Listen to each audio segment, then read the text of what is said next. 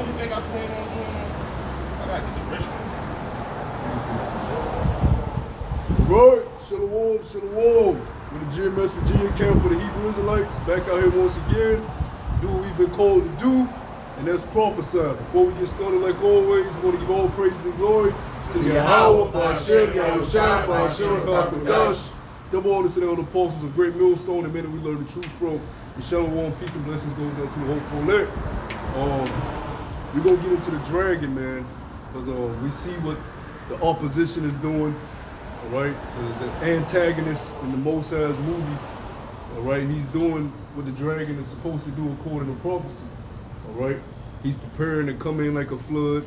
All right, he's preparing to bring more unrighteous decrees. All right, and he's preparing to try to enslave the Most High's woman.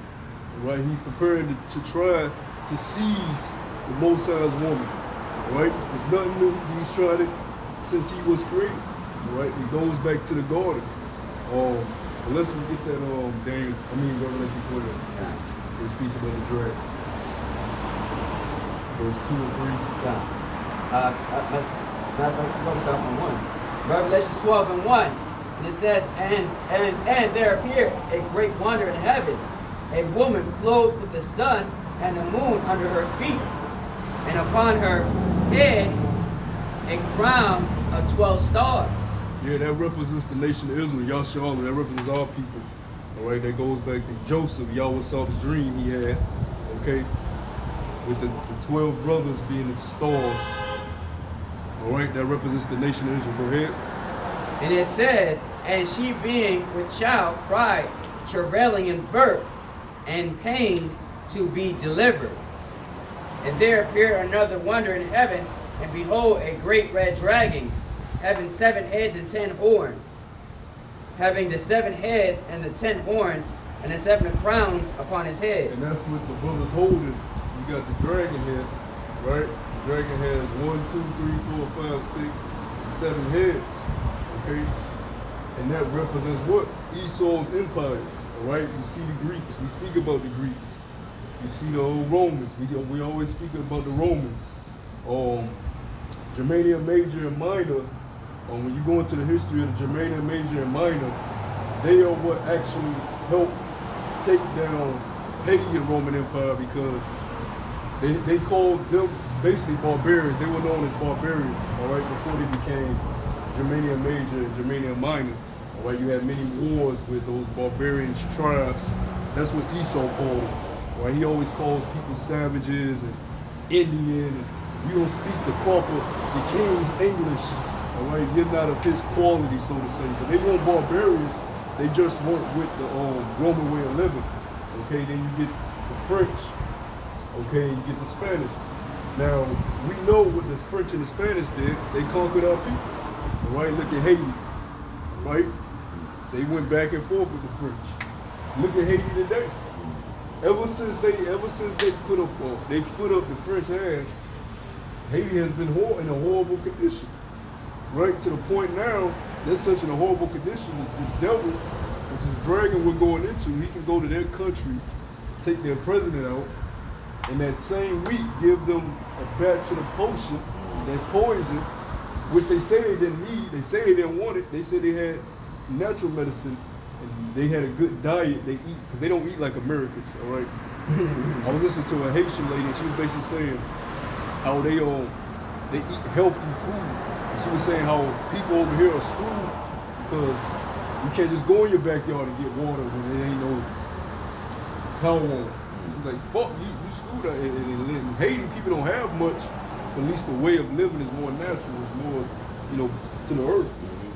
But you see what happened with the French, which is part of that dragon. Okay, the Spaniards. The Spaniards conquered who? The Northern Kingdom. Hispanic brothers and sisters, for all you niggas, you black only Israelites that don't want to recognize the Northern Kingdom, where the Spaniards, the conquistadors, put hell on them, just like the English put hell on us, right? Continue with it. And the reason why it says 7 crowns is because these were 7 kingdoms, basically, all right? But they was part of the same dragon because it was the same nation, right? And they always war against each other, all right? Because look, which we're gonna get into the eighth head, because when you look at this beast, and this is the beast, but there's an eighth head. And who's the eighth head? America. Because when you look at the dragon, there's a woman riding.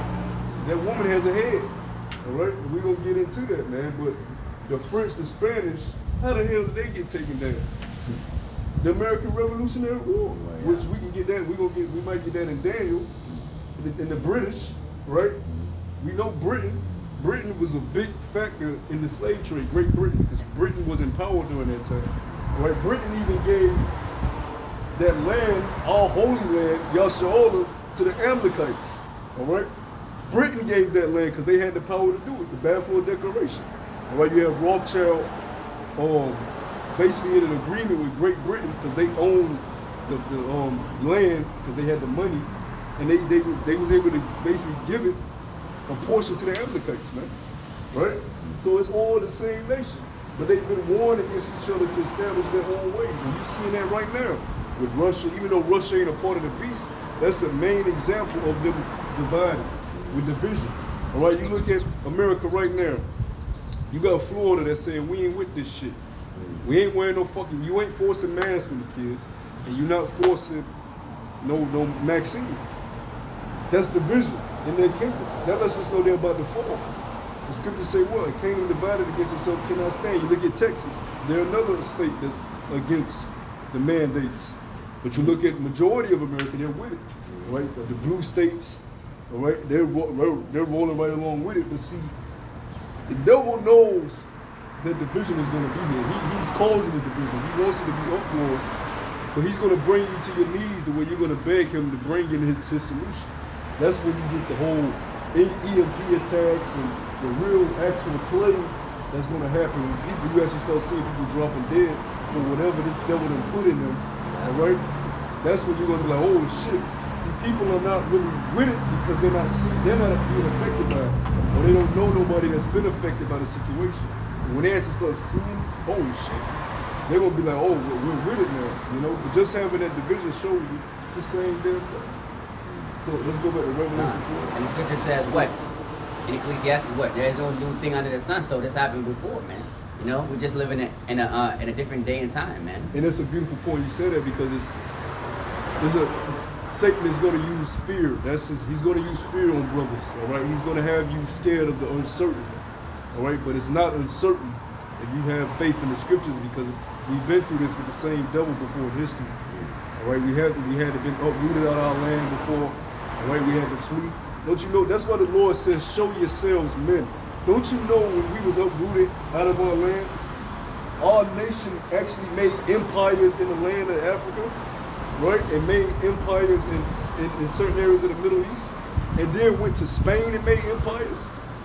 They showed themselves men, even though they got cast out of that land because of the curses. They still, we gotta be men. We gotta fight wars to build up a civilization for our people. You can't be sitting in your crib. What are we gonna do? The devil is now saying we might lose our fucking job.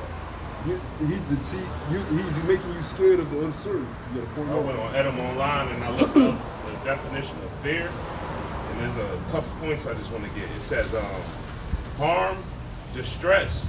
This is the point I want to bring out. It says deception, and E is using deception to instill fear on us. That's why they're getting caught up on their words. One moment, Dr. Fauci says that the mask doesn't help, and then the next minute he says it helps. So he's using confusion, and what does confusion also lead to? Fear, man. You got a whole bunch of people saying all different types of stuff. You got people that's bugging out at the work job. Oh, you ain't get your jab yet? Oh, I blame you. Even though we not sick at all, you know? And if we do catch a little cold, so what? We get the right herbs, whatever, and get right. But my point of that is deception, and that's one of E's main tools, man. John, just to back up, and now now he said that the people that took the jab, now they're what they call super spreaders in there. Right. So which one is it? And that's what my point is. Just not the confusion. Yeah. You know Revelation 17 chapter real quick. Real quick. Continue at 12. Going back to Revelation 12, it says verse 4, and it says, "And his tail drew the third part of the stars of heaven, and did cast them to the earth. And the dragon stood there before the woman, which was ready to be delivered, for it to devour her child. And we see who's that talking about? That's talking about when Mary was about to give birth to our Lord, Yahweh Shah. Because that first part of that, the dragon, the main dragon is Rome. All right? That's why the EU is known as the Revised Roman Empire, because who was part of that? We're trying to devour the child that was being brought. Herod. I believe it was Herod the Great. All right? Because you had Herod Antipater, Herod Antipas, and you had I believe another Herod, but I believe that was Herod the Great that came up for our Lord because he knew, which he was an Idumean. He was an Edomite, but he was set up over our people. You had Rome, and you had the Caesar of Rome, all right? Then you had certain governors of Rome that were set over certain areas, and that was guys like Pontius Pilate. He was a governor, but even within that, under Pontius Pilate, he set up the Herod dynasty, the Herodian dynasty, to be closely involved with the Jews. That's why when they was giving our Lord up to be crucified, who did they take him to? They took him to Pontius Pilate. And Pontius Pilate said, "Get this. No, there's no fault with this dude. This ain't, for one, this ain't a matter of Rome. This is your heritage. Take that up with Herod, because I said he's over Judea. We set him up over Judea. We deal with big matters. We're not dealing with this." Basically, they looked at him as a joke. They're dealing with this guy. He's a nobody. A Jew. You say he's not your king, so what? Do I give a fuck? I'm a Roman. Yeah, so they sent him to Herod, and Herod laughed at him. He said, "This dude is a joke." He laughed at him, so they took him back to Pontius, and that's when Pontius was forced to make a decision because you niggas, right? But point being, this Herod here, he went to try to kill our Lord because he heard of the rumor that a king was going to be born and take rule over the earth. But he didn't even understand it wasn't the time for him yet. All right, it was time for our Lord to be that sacrifice.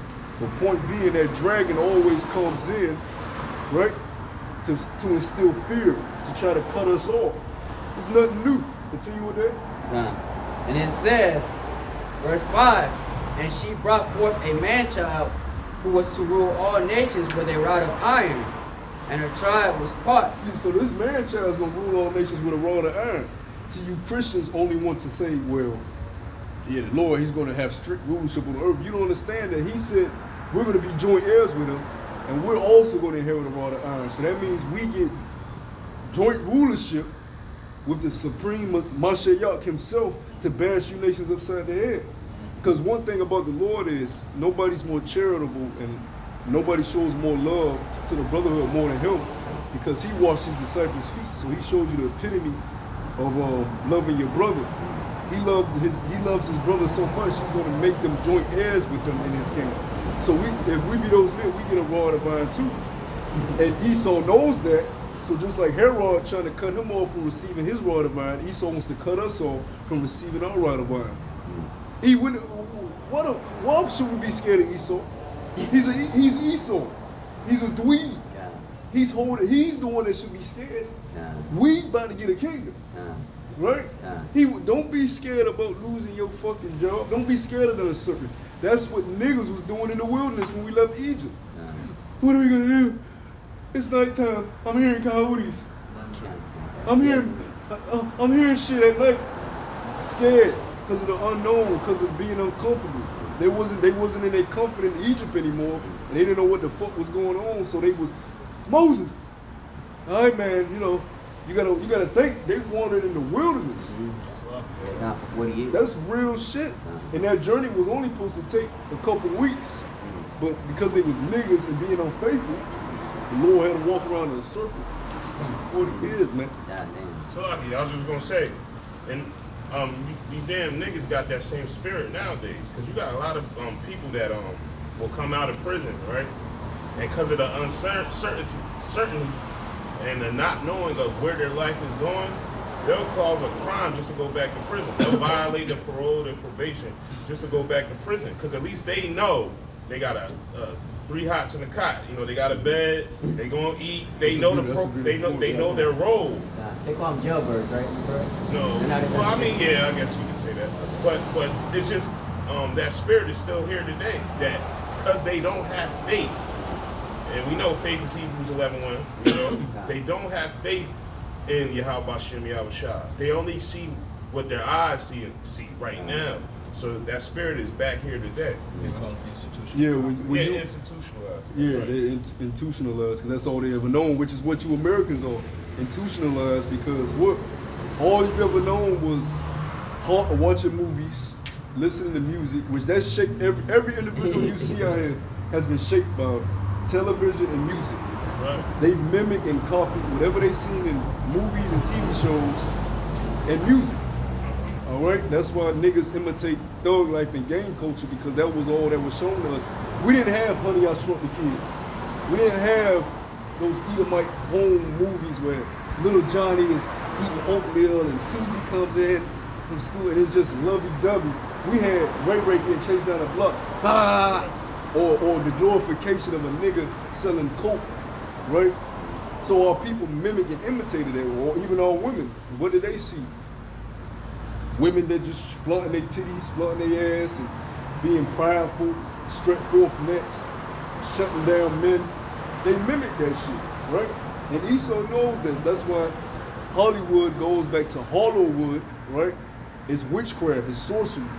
All right, when you look at Disney Channel, they have, when they do their commercials, you see a dude with a wand, and he'll make the Disney. That's witch, that's sorcery, because they know, oh, we can use this to control the minds of the people. And that's why these people that's so engulfed watching CNN and Fox, they believe this shit because Esau knows how the human brain works. You feed him something, okay. And it's all bullshit. That's why we occupy ourselves in what? The word. Because when you occupy yourself in the word, then that what becomes your concern. That what becomes your belief. All right? Get that on Revelation 17. Real quick, I got it. But also, you mentioned in the image, the imagery that Esau uses at every pharmacy. I don't care if it's Walgreens, Rite Aid, CVS. You're gonna see that witch's pop. Yeah. That's brewing up. Yeah. So he is real big on this image thing.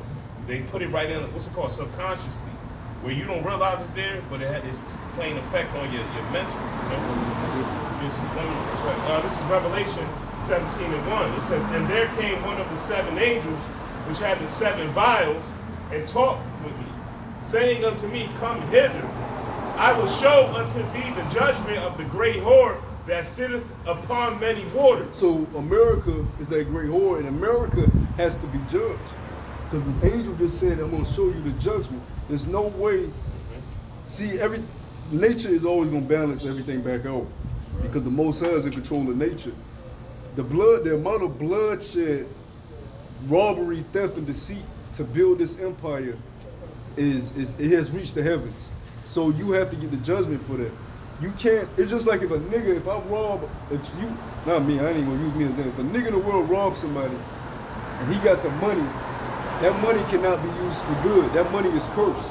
Like if he murders somebody to get that money, when have you ever seen somebody murder somebody for their money and they use that money for good? They can't. That money's gonna end up being their detriment. They're either gonna use it to further some nigga shit or it's gonna end up leading to their death. All right, because it's cursed. Esau, you have taken all the resources, built your empires on this earth off robbery, theft, deceit, and bloodshed, lies, and how did he get America? Right? They talk about the founding fathers and the 13 colonies.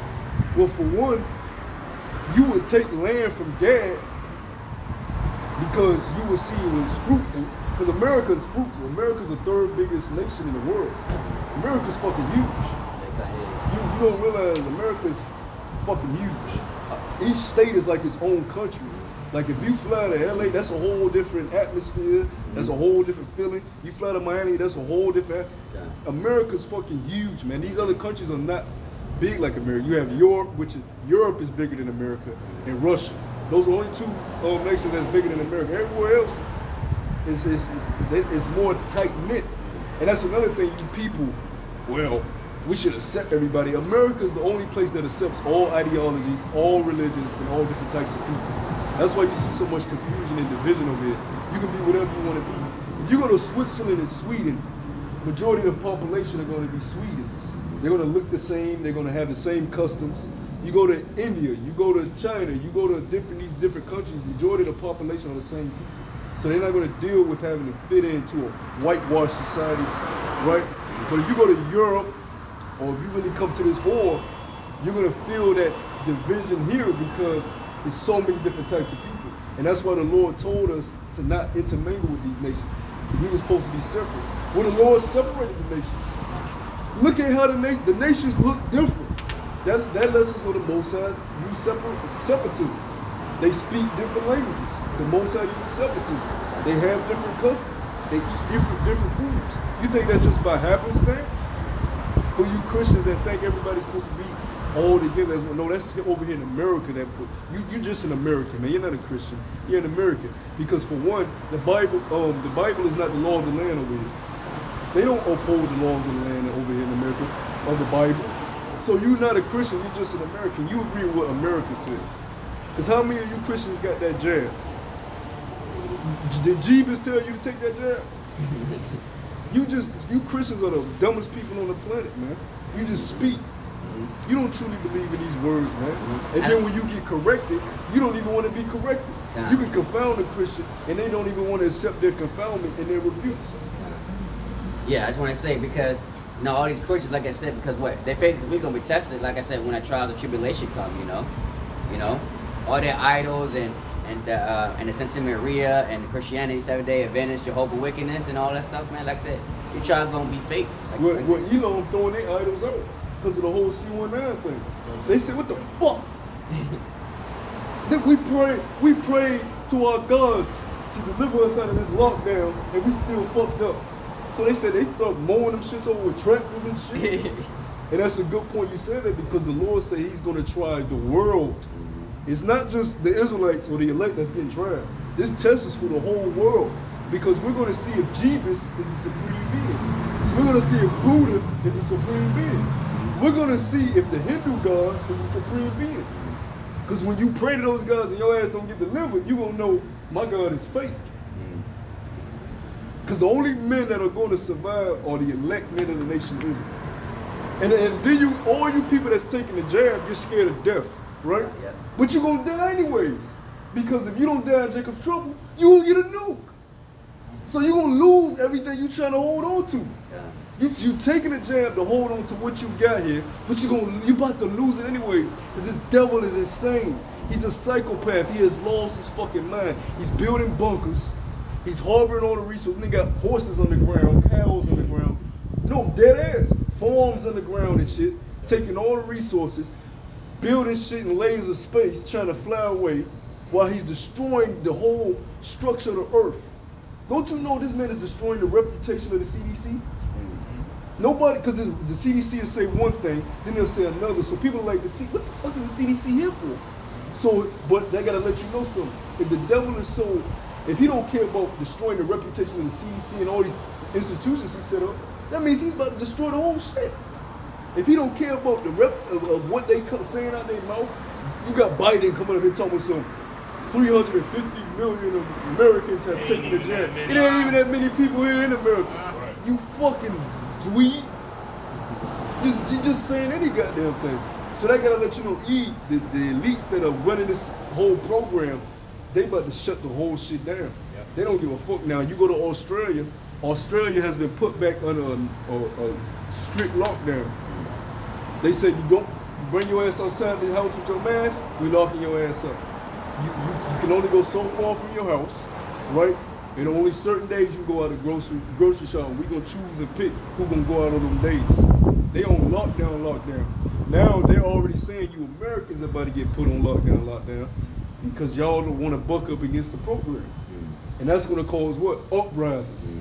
And that's gonna further this devil to say, you know what? Because what brothers gotta realize is his plan is not gonna run smooth. None of this is gonna run smooth. He's gonna be in straits the whole way. Yeah. But see, when he gets in straits, he's gonna come with his sword. Okay, fuck you, bitch. Turn the lights off. Fuck you, bitch. Release the plane. Turn up the 5G. Right? You wanna fucking come against me? I'll show you how fucking crazy I am. This dude is a psychotic demon. It's the dragon. Do you see this dragon? Look at this image. It's a fire-breathing dragon with fire coming out of his mouth with 7 heads. Dragons just come and just destroy shit. Just fly around the whole, that's Esau. Destroy everything in his way. Go ahead on here with that Revelation 17. Yeah, continuing on, Revelation 17 and 2. With whom the kings of the earth have committed fornication, and the inhabitants of the earth have been made drunk with the wine of her fornication. So he carried me away in the spirit. So did the Vatican do that? No, hell no. The Vatican don't got military bases set up in all these countries spreading that bullshit democracy, so-called democracy, right? Telling women they can wear pants. You go to these Middle Eastern countries, you fucking up their society. They're like, man, all women was straight. Now you got our women out here driving, crashing into goddamn street poles when they was in the house. But now they looking at them fucking rebellious women in the West, and now they want to drive with what's the thing called? The turban. I think so. No. Shorty I was talking to, she Muslim, she was telling me, but I forgot the name. The Haji. You drive with the Haji, but you fucking crash into a street pole because you ain't never been driving before. You know? He comes with confusion. That's the wrath of that's the fornication of America, man. Women can be equal to men, and now you see all these women bug the fuck out. Now they going to they asking for answers. Why ain't I married? I achieved my career and I can't find a man. Because you wasn't raised to be a wife. You don't know how to take care of a man. Your desire is not to your man. And you can't learn that in no old age. That has to be your desire. Husband, what you want to eat tonight? Husband, where you want to go? I'll pay for it. What you want to, you need your feet rubbed? Without even him asking. You women wasn't raised to be like that. You was raised to be independent women. So you're not going to try to please a man. You're going to look for him to please you and worship you. And the Lord did not make man and woman to be such. That's why it doesn't work. That's why these marriages end. Right? Yeah. You date somebody, and that waiting a year, 2-3 years to marry somebody. Man, look, man, you meet somebody one day you can marry. All right? We used to do arranged marriages. You got people that known each other, been married for 20 years, get a divorce. Yeah. You never really knew the fucking person. Because it's based off bullshit. You know? Love is fake. Romance goes back to Rome. That's all bullshit, man. It's all about lust. That's relationships are based upon order. The order that the Most High set up. And the woman was made to be a helpmeet to a man. And if you don't fulfill that role, you're going to be confused. Yeah. None of these women are happy. They're achieving their careers. They're at the club shaking their ass. They're doing the fuck, but they're not happy. And you tell them why, but they don't want to give up that liberty. They'd rather be depressed and confused and don't give up their liberty. Go ahead, huh? Yeah, they stuck on the dream that the Western region pushes out. Because look, like the brother said, a woman will spend, 16 years in college, get her degree, make $100,000 to $200,000 a year. But they want their husband, that they have the dream visual of what they want their husband to do. Yeah. They want their husband to make more money than them. So you done wasted your whole youth achieving this dream and making this money. Then that woman could have found the right man for her, so to speak. But he only made $50,000 a year. So you hanging with all these Edomites and all these high prestige people. Now you got a standard to hold in America. You can't just have Joe Schmo that's a custodian. You can't bring him to the dinners and all that. You understand what I'm saying? So this is another thing that America, which is modern day Babylon, pushes, and it distracts mainly our people. But regardless of any woman that gets into that thought process of, I got to make this type of money, you're never going to find your so-called soulmate because you're too busy looking at the visual of what America pushes out. Yeah. You had this Ishmaelite woman. These nigger women, they got this show they do on YouTube, and the Ishmaelite woman called in. And she basically explained to them, she was like, this whole thing with y'all dating, we don't do that in our culture. Right. It was like, so you just marry a dude after 1 day or 1 week? She was like, well, what you do is, if you're hanging with a guy, you're not just gonna talk to him. You're gonna eventually start fucking him. Right. So she said to prevent basically you just being a whore, dating, we get married. Right? So I'm not just fucking around. And she says not only that, that's why the father and the family is so involved in the marriages, because the father sits down with the man and vets him. He's not, a man ain't gonna look at a man and say, he handsome. come date my daughter. Yeah, what you bring to the table? He gonna sit there, hey, what's up, man? You know what I'm saying? You know, you wanna date my daughter? Okay, let me know what you working with. What trades you got? You know what I'm saying? What you do for a living? You know, let me know what you do. You gonna vet that man. You gonna ask him all the questions. The questions a woman don't care about. A woman cares about, hey, can he pay my light bill? Or do he got a big dick? Or do he look like Chris Brown? That's bullshit. The father gonna be like, look, man, you got a stable home for her to go into before I give it to you? Or you gonna make sure everything's provided? Because in our law says, it don't matter how many women you add onto you, but you gotta make sure you're able to provide for them. You gotta make sure you have enough money and finances and resources to provide for the 1 wife, 2 wives, 3 wives, 4 wives you have. And if you don't, nigga, you out of order. So if a dude came to a father asking for the hand in marriage, and he know he ain't got shit, he be like, hey man, you know, I ain't got nothing right now. That nigga, get the hell out of my house. What your father taught you? You ain't got shit? Nigga, get on. Probably have a Yeah, like, you can't do nothing for my daughter. She gonna be fucking through, right? Yeah. But I like him, he's handsome. You know, he's handsome. Get your ass in that kitchen and make, you know, hey, that's how shit used to be. Okay. But see, it all goes back to the great whore, because these women have drunk that wine. See, Esau is the proudest individual on the earth. He's done the most crimes ever, but he ain't gonna accept rebuke. He ain't gonna accept his natural state, which is under the Israelites, because right now he's able to rule. Women ain't gonna accept the fact that they out of order, because right now they have liberty. But see, when that judgment comes down, you gonna feel it. You're gonna feel it. And you gonna fucking feel it. You don't even know what the fuck you really doing until we get our hands on you, and you gonna say, oh shit, you know, this is horrible, and we gonna beat your ass till you black opal. Right? You ain't gonna be as beautiful as black opal, but you gonna be many different colors, nigga, from your blood vessels pumping in your skull. Because when brothers get their hand, all brothers gonna get their licks. I'm talking about the first fruits. Beginning with these banking families that actually running this wicked plan, and the Lord allow us to pull you out them bunkers, we gonna beat your ass till you black and blue, and then we gonna throw you in the chains, man. And then you gonna get beat the rest of your fucking life. And it's so Paul or Yahweh said he's reserving them motherfuckers. Because all you Edomites are wicked, but them motherfuckers are the reason everything's so fucked up at the point. They keep getting heart transplants and organ transplants. Like you said, the Lord is preserving a lot of them. Man. And those the old ones. We gonna get all them nieces and nephews and them ones that's in their 20s and 30s, because they got spawns everywhere. Change their last names. Yeah, all over the place. And they gonna be in them bunkers too. And we gonna beat them black and blue. And they never work anything, you know what I mean? And like I said, on top of that, like I said, those rich families and elites, like I said, they never work in their entire lives. So just imagine when they put in chains and go to, like I said, give them their first tool, man. It's gonna be drastic. Practice, you know, repetition makes perfection. So when you dig in, your body gets used to the repetition, muscle memory, they'll become the perfect slaves. Because you gotta understand, the prophecy said the elder should serve the younger, because so it's in his spirit to work. He got it in him. He just ain't had to do it yet. But once he get that repetition, he gonna build that kingdom. He gonna build that kingdom.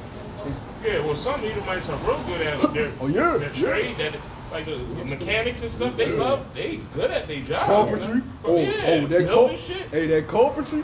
They nice with that carpentry. Yeah. If it's something they love, if it's something they want to do, they can work. They do the most dirtiest jobs in the world. Auto body, all that shit, you know.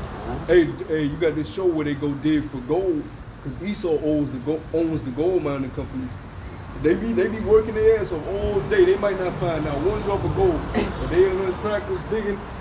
They work, so it's in their spirit to work. And Moab, it's definitely in your spirit to work. You know, you was built to work. You got them big ass calf muscles.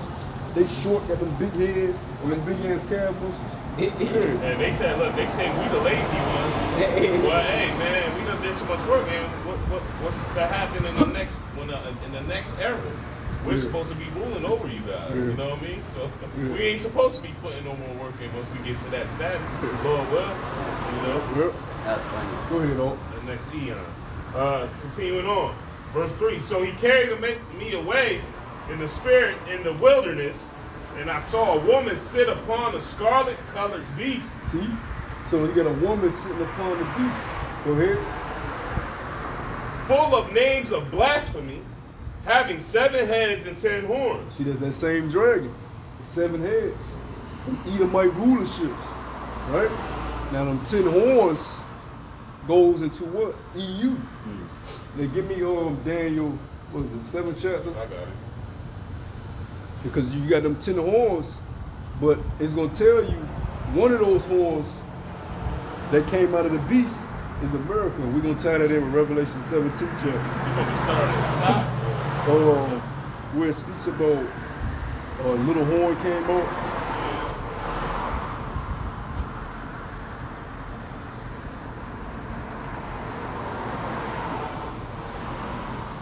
Verse 7.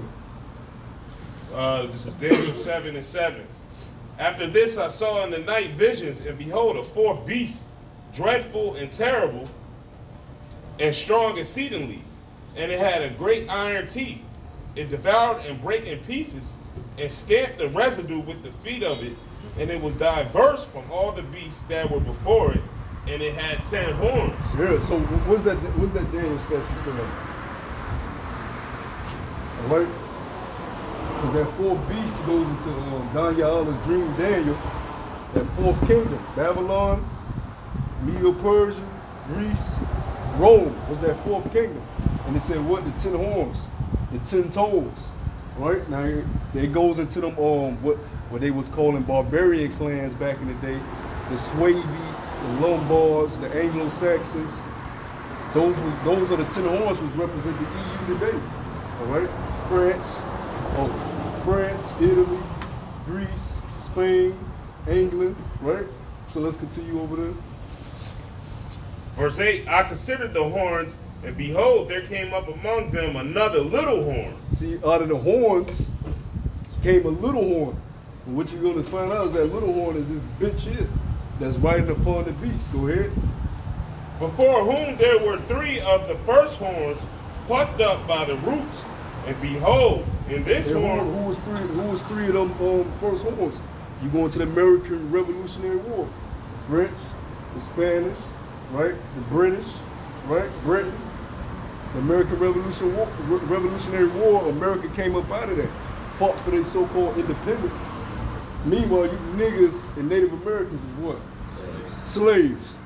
And they over here fighting for their independence from their own people. They always war against each other. That's a diabolical nation, man. And you see his also too, they use Jake saying that, how you say, if you fight for the brothers, we'll make you a free slave, man, you know, and a lot of Jake believed in that. So what, they started joining, like I said, joining these, these wars, man, you know, just for that freedom.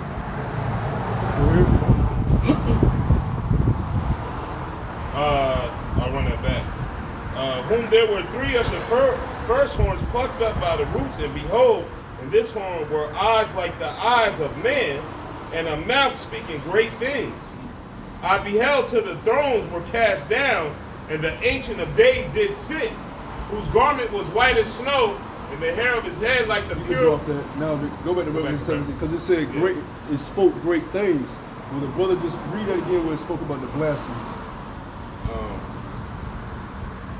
Back here. In Revelation 17, where it speaks about the blasphemy. Okay, verse 3. So he carried me away in the spirit into the wilderness, and I saw a woman sit upon a scarlet-colored beast, full of names of blasphemy, having 7 heads and 10 horns. And the woman was arrayed in purple and scarlet-colored, and decked with gold and precious stones and pearls, having a golden cup in her hand, full of abominations and filthiness of her fornication. Now, this woman is, read down to the point of the 8th head. Read down to the point of the 8th. All right, and upon her forehead was the name written, Mystery Babylon the Great, the mother of harlots and abominations of the earth. And I saw the woman drunken with the blood of the saints and with the blood of the martyrs of Yahushua. See, that's the point. Now, this cup is full of abominations. Look at America, man. It's filled with abominations, walking freely. You see a 7-foot dude with a wig on, right? He 300 pounds solid, got a skirt on and heels, and his big ass feet hanging out the back, talking about his name's Susie. The Lord said that's a walking abomination, man. But hey, America got the cup, holding it up. Yeah, be free. Or another abomination, women being over men. Another abomination, kids being over the parents, or being able to call fucking authorities on the parents when they don't agree with shit. I'm gonna call this on you, you fucking, you know what I'm saying? That's a miracle. Now another key point he read was what? Filled with the blood of the saints. What is that? Psalms 148 tells you the saints of the Lord of Israel. Yeah, filled with the blood of the martyrs. And the martyrs, you know? Yeah, I was shocked. There you go. That's America. Ain't nobody over at the Vatican, man. They ain't doing shit. Now they all part of that. They all part of that wicked religious system. But come on, man. We talking about America, superpower.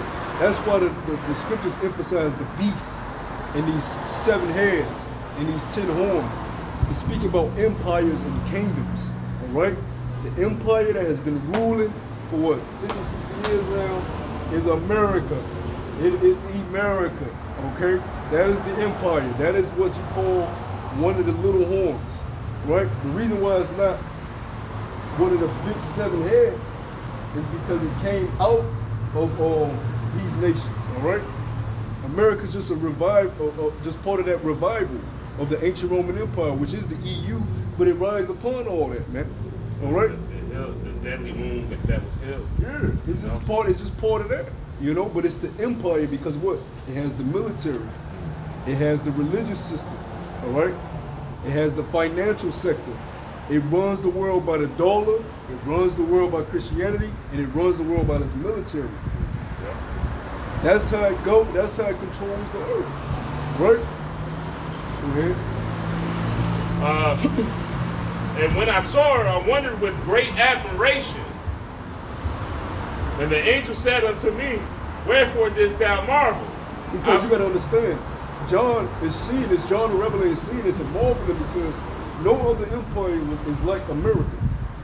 You had all nations here thriving and building, right? You look at the Olympics. Everybody's trying to beat the Americans, right? You look at World War I, World War II. You know the living fear that they put in these other nations? When these other countries can call America for aid, and America can come and just drop a bomb in your ass, and these other nations see it like, oh shit, right? Let's play nice with them, right? Everybody wants to come to America. Everybody thinks America is the great thing, you know, that's gonna last forever. Yeah. That's that fornication. That's why scripture says what? They deceive him by those miracles, man. Yeah, you should hear our people from other countries speak about New York. They think it's heaven. You know, and it's why? Because of that television. Oh, the big buildings. Oh my gosh, it's so beautiful. New York, New York. You know, they used to be doing the little leg kicks and Broadway, shit. the Broadway and all you that know bullshit. You know, but they don't show you the harsh reality of the big ass sewer rats. Right. Butt ass naked people with crack in their system. Right. And the Hispanic woman, the Ephraimite woman beating her man upside the head. Oh, the Ephraimite little dude that got poked up. Yeah, a couple years back. In the Bronx. That was some shit out of a horror movie. He ran into the bodega. And they pulled him out. And he was the wrong dude. Yeah. And they ain't show that on the TV. Put that on for the world to see. They not. In your great New York, they just This dude was like 15, 16. And they just long ass nails poking him. They not talking about the stop and first gloves that brothers had to go through. You know, that was rough, man. Any given time, you just walking, going to the store for your grandma, get some milk, and if the police want to run down, they throwing you on the wall. They all the eggs and milk you just bought, they trash them, you know, throw them on the ground. Yeah, you know, they don't show none of the good things. I mean, rough things. That's why everybody. And that's another reason why a lot of people from like the South, they couldn't stand New York because people talk so highly of New York. But we all under the curses, no matter where you from. So people that come to America and see it's not what it was advertised to be, but they're here now, so they're trying to get a quick buck. So they say, look, we came here to get money.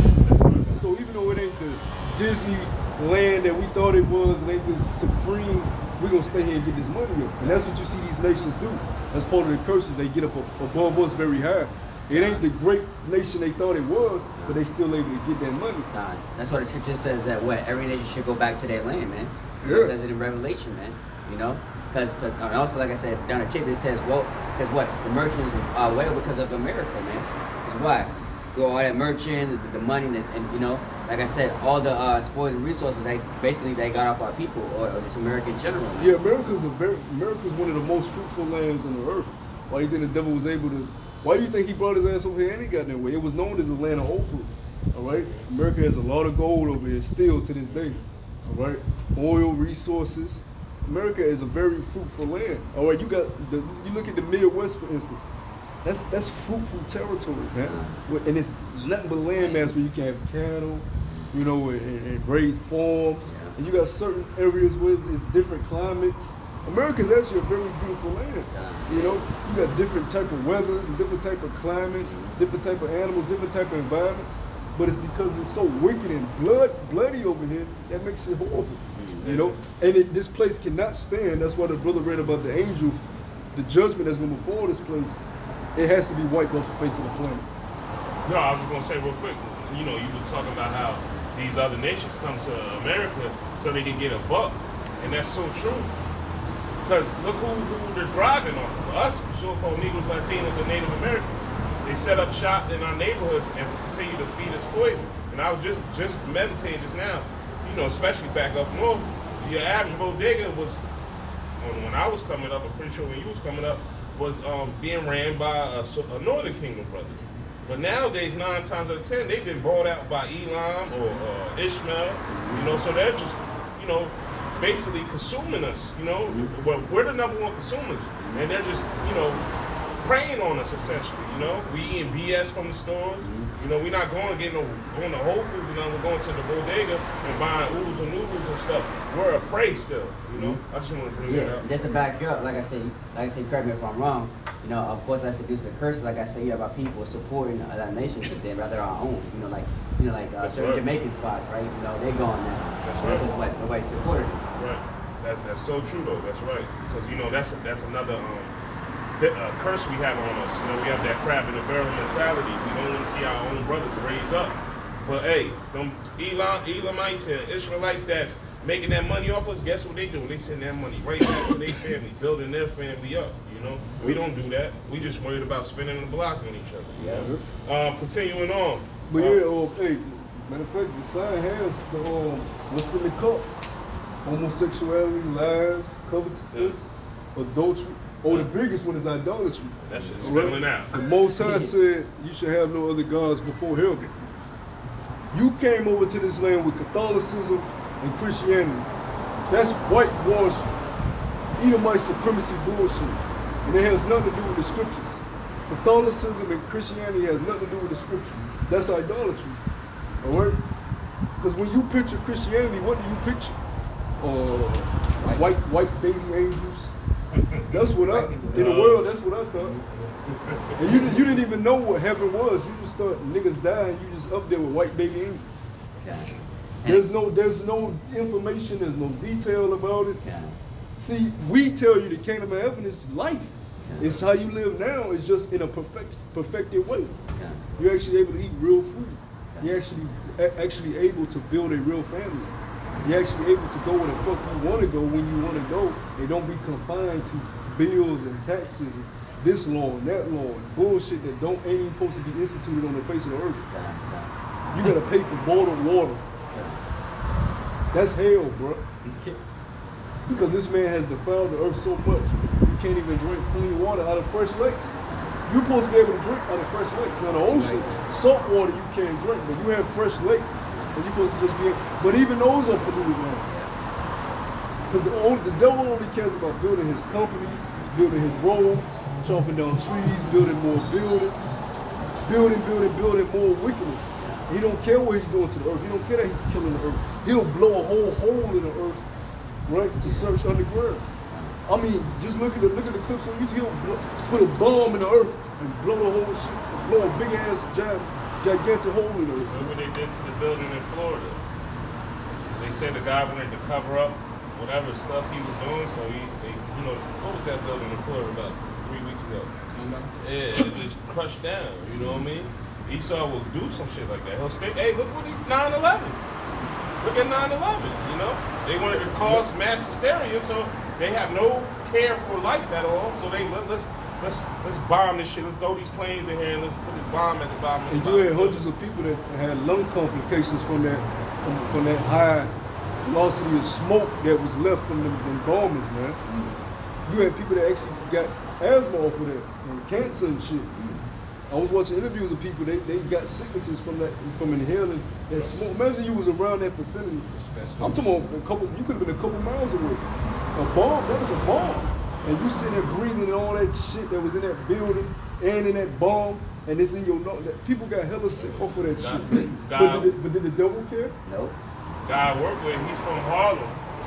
And when it happened, he lived on the top floor.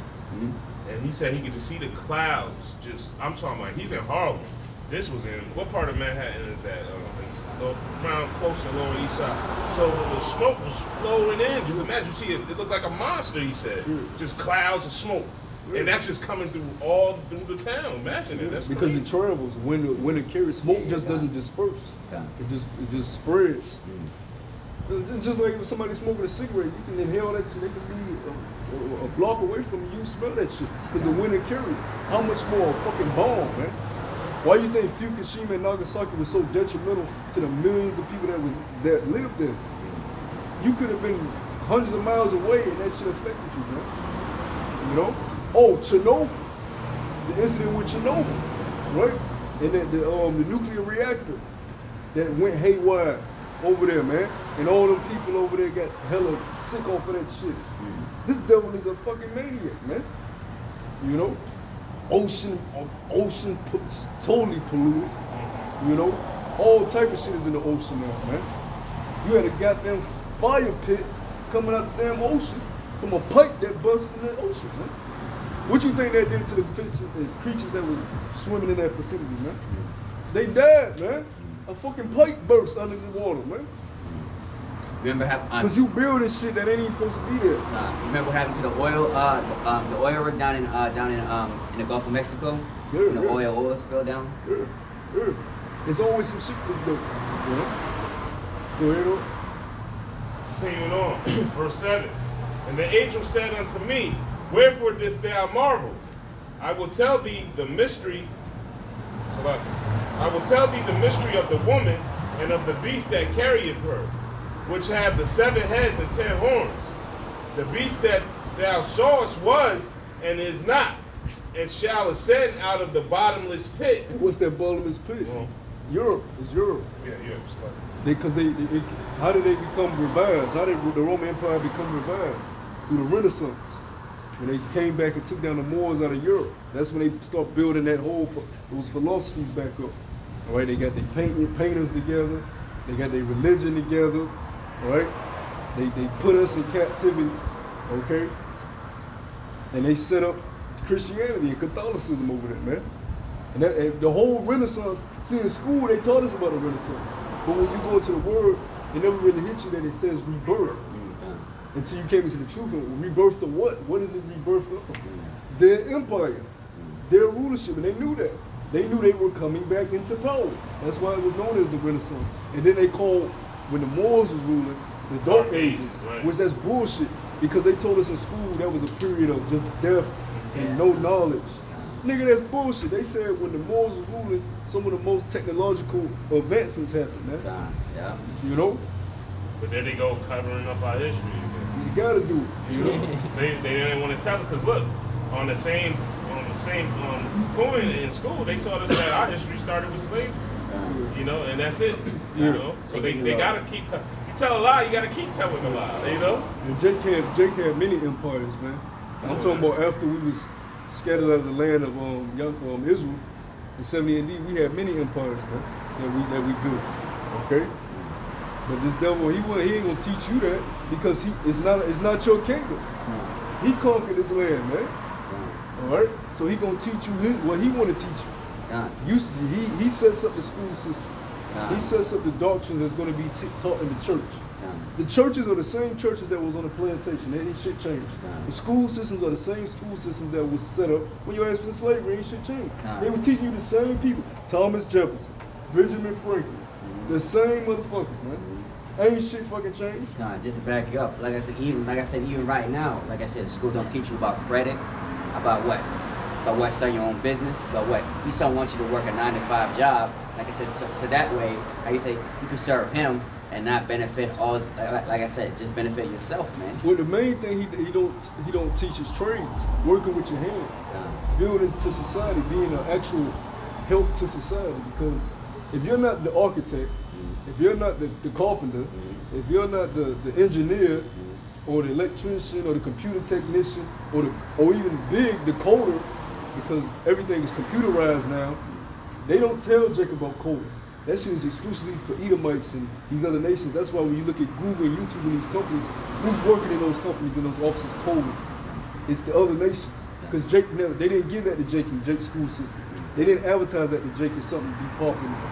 So Jake is totally left out of the advancement of this society anyways. All they told Jake was be a track runner, be a basketball star, right? Which so only a minute percentage of those kids are going to achieve something high and being a track star or football player. You can be very skilled, but it's so much politics and so much that can happen where you don't achieve. It can be an injury.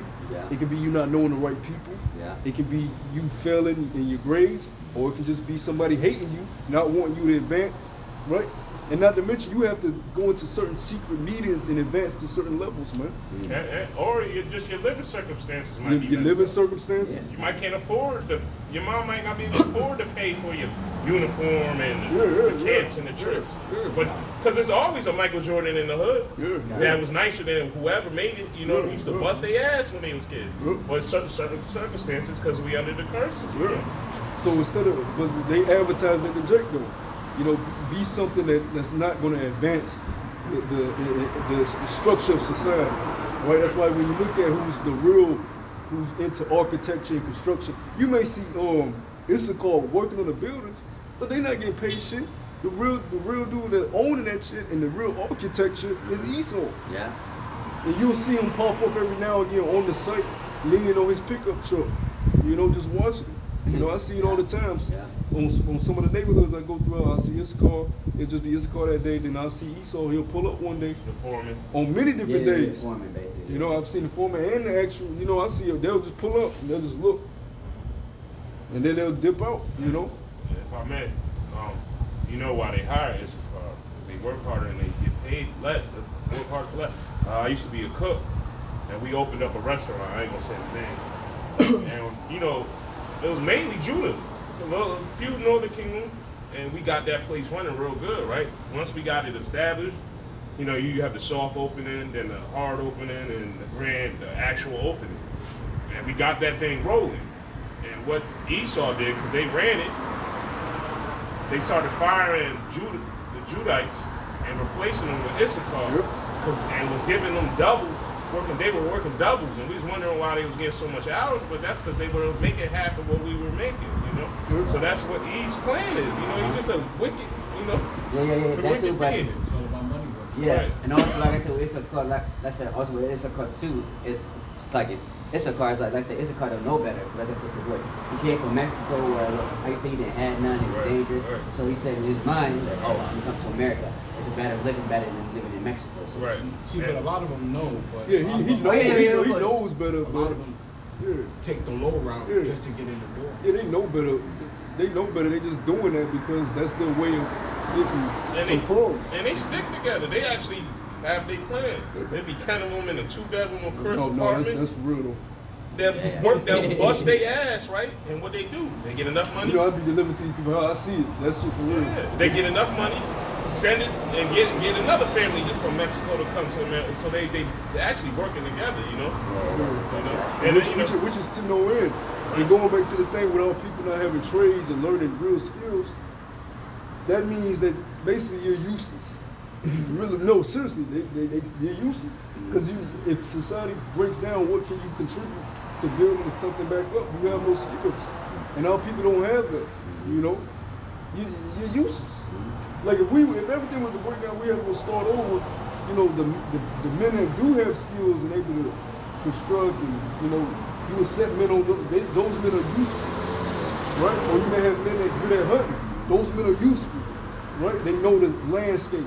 They know how to hunt for certain animals. They know certain. Those men are useful. Those men are help. A dude that just know how to play Call of Duty,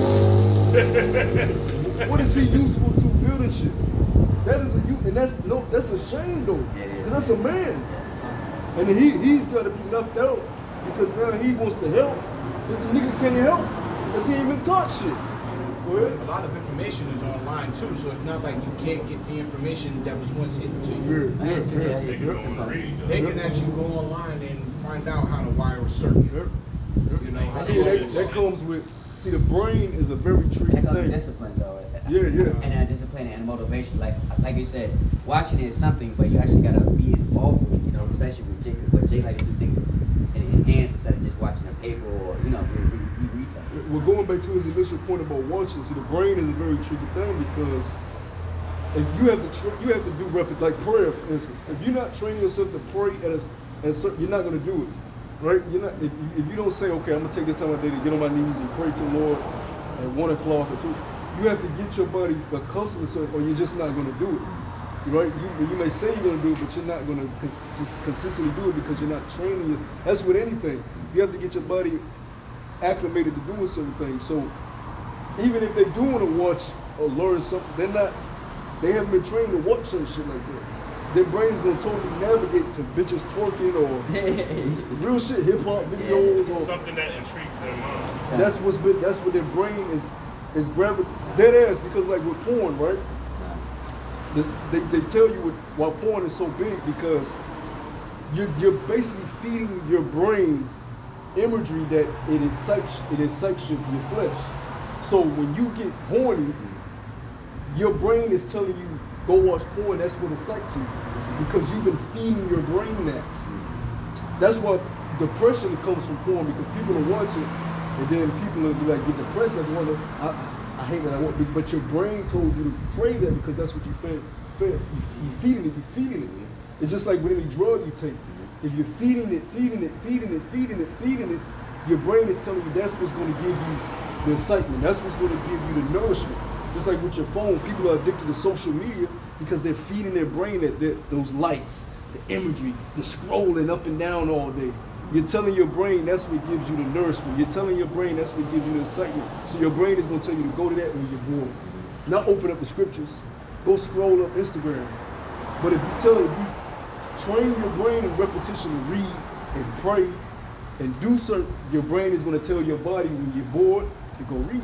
Your brain's going to tell your body to watch videos. Your brain's going to tell your body go out and, in nature. Because you're feeding your brain other things. It's all about what you're feeding yourself. The scriptures say it's not what goes into a man, but what comes out. Huh? Now, you ever start a new job and you got to change your hours when you got to wake up? You set your alarm clock at say 6 in the morning. Around 7 days straight.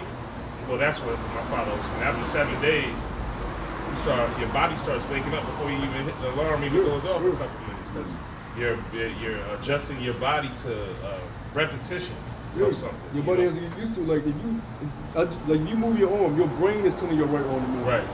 You don't know that, but your brain is literally telling you because when you're a baby, you're learning movements. Right. But how are you learning it? Your brain is taking all that in. So when you do certain things and you're able to move, your brain is telling you to do that. Like in sports, you do a certain move, your brain is telling you to do that move. So you have to be careful what you're feeding yourself because your body is taking that in with your brain to learn that as repetition. Right?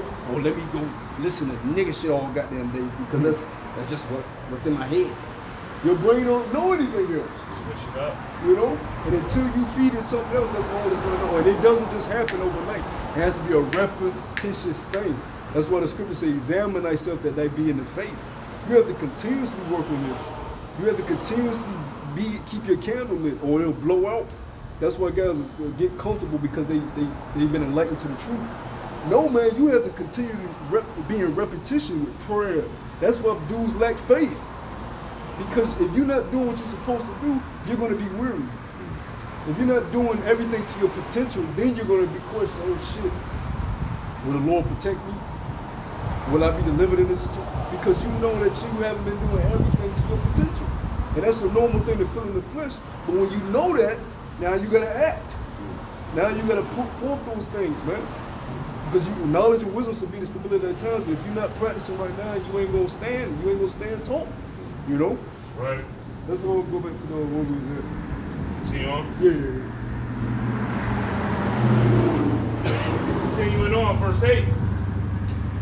The beast that thou sawest was and is not, and it shall ascend out of the bottomless pit and go into perdition. And they that dwell on the earth shall... It should go into perdition, destruction. Right? You know, 2 Thessalonians, third chapter. The son of perdition, yeah. No God can't problem solve with God. Yeah. That's the same, that's what he does. He's coming to destroy. So how the hell are you gonna take some potion from the damn son of perdition? I don't need, hey, just when I see these videos, I can just play it on mute. I don't need to hear nothing he saying. I don't give a damn if it's Fauci, Biden, I just watch their lips. Because nothing you gonna say is gonna make me say, oh, you know yeah, what? it's 2 verse 3. Let me take that. Let me take that. You know?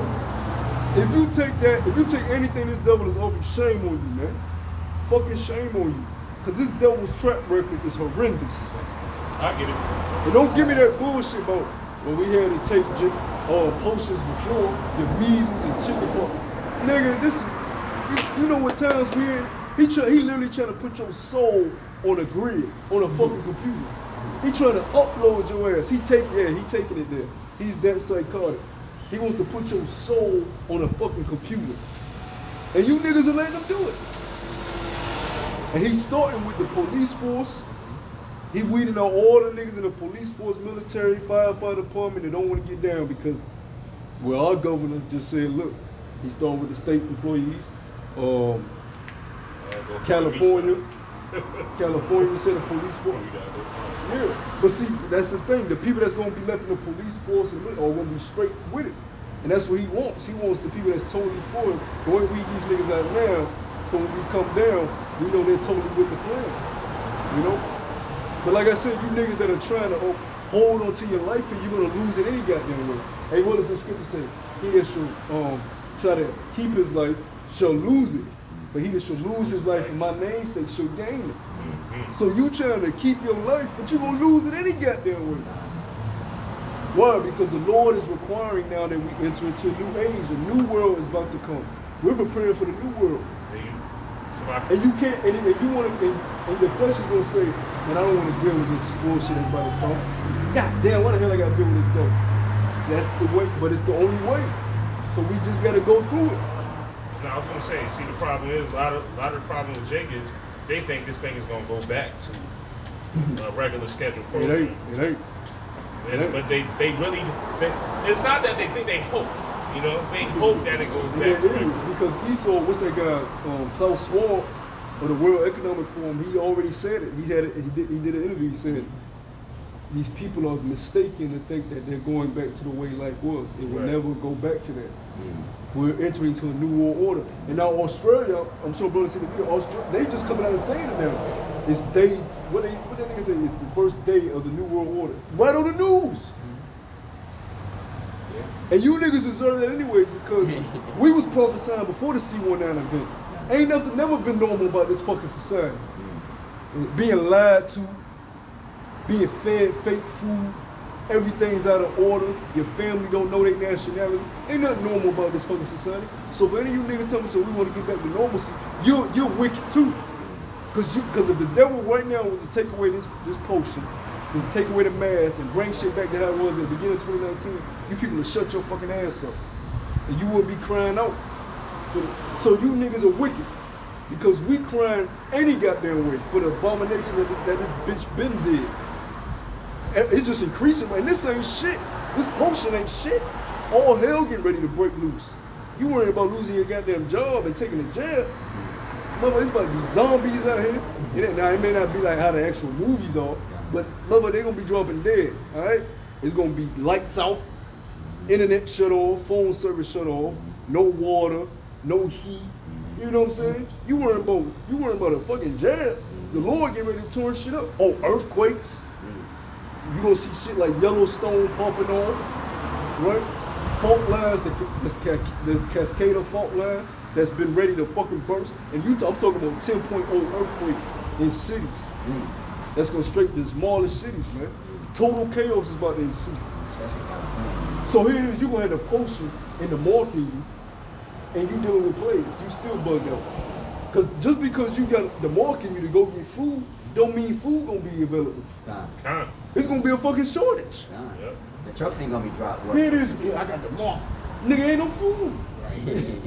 Ration. It's they rationing out shit. Yeah. Just like with the gas thing, we gotta always go back to that because these are little trial runs he did. Let's say what you had to get the mark to get gas. Well, nigga, the line was long as shit.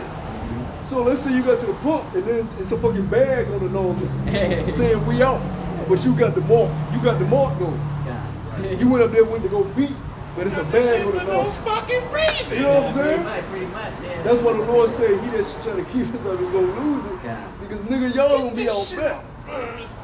And that's how the devil does though. The devil always does that. He comes in with a treat, but he's lying to you. Yeah, this is gonna help you. This is gonna bring you back to normalcy. But really, he wants to destroy you and enslave you. Right. This fuck Bill Gates said he wants to depopulate the earth. They telling you what the fuck they want to do, but you think they trying to help your ass. Nigga, they trying to do away with you, man. Yeah, that didn't make the news at 8. You know that he clearly said it. This nigga said the earth is overpopulated. And he smiled when he If we said do it. a good job, we can depopulate. Well, why wasn't that on the ticker? You know how they got the ticker that go across the news and stuff? You know, just like with Sleepy Joe, all that.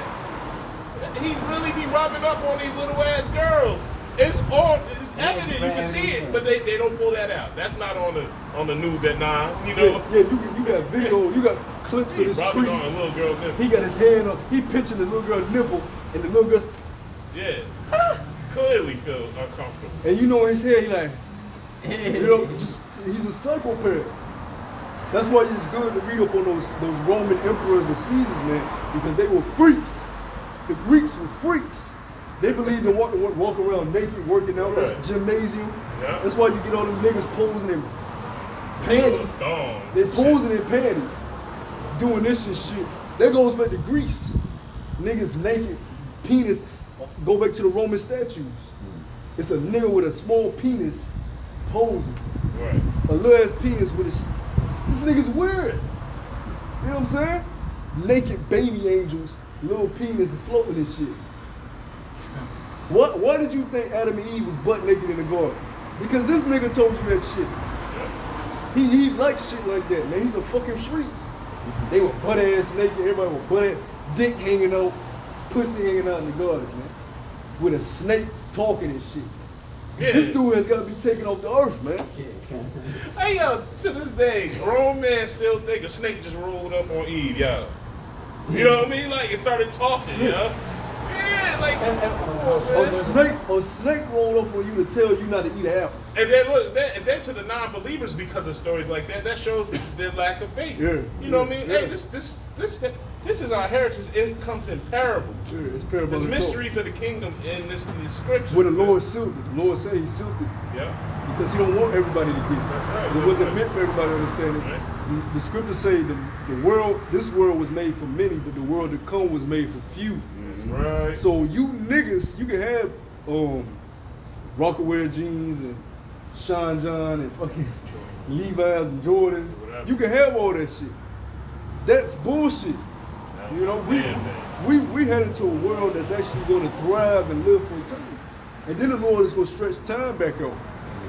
Right? See, right now he's shortening the days because he's about to do away with this bullshit.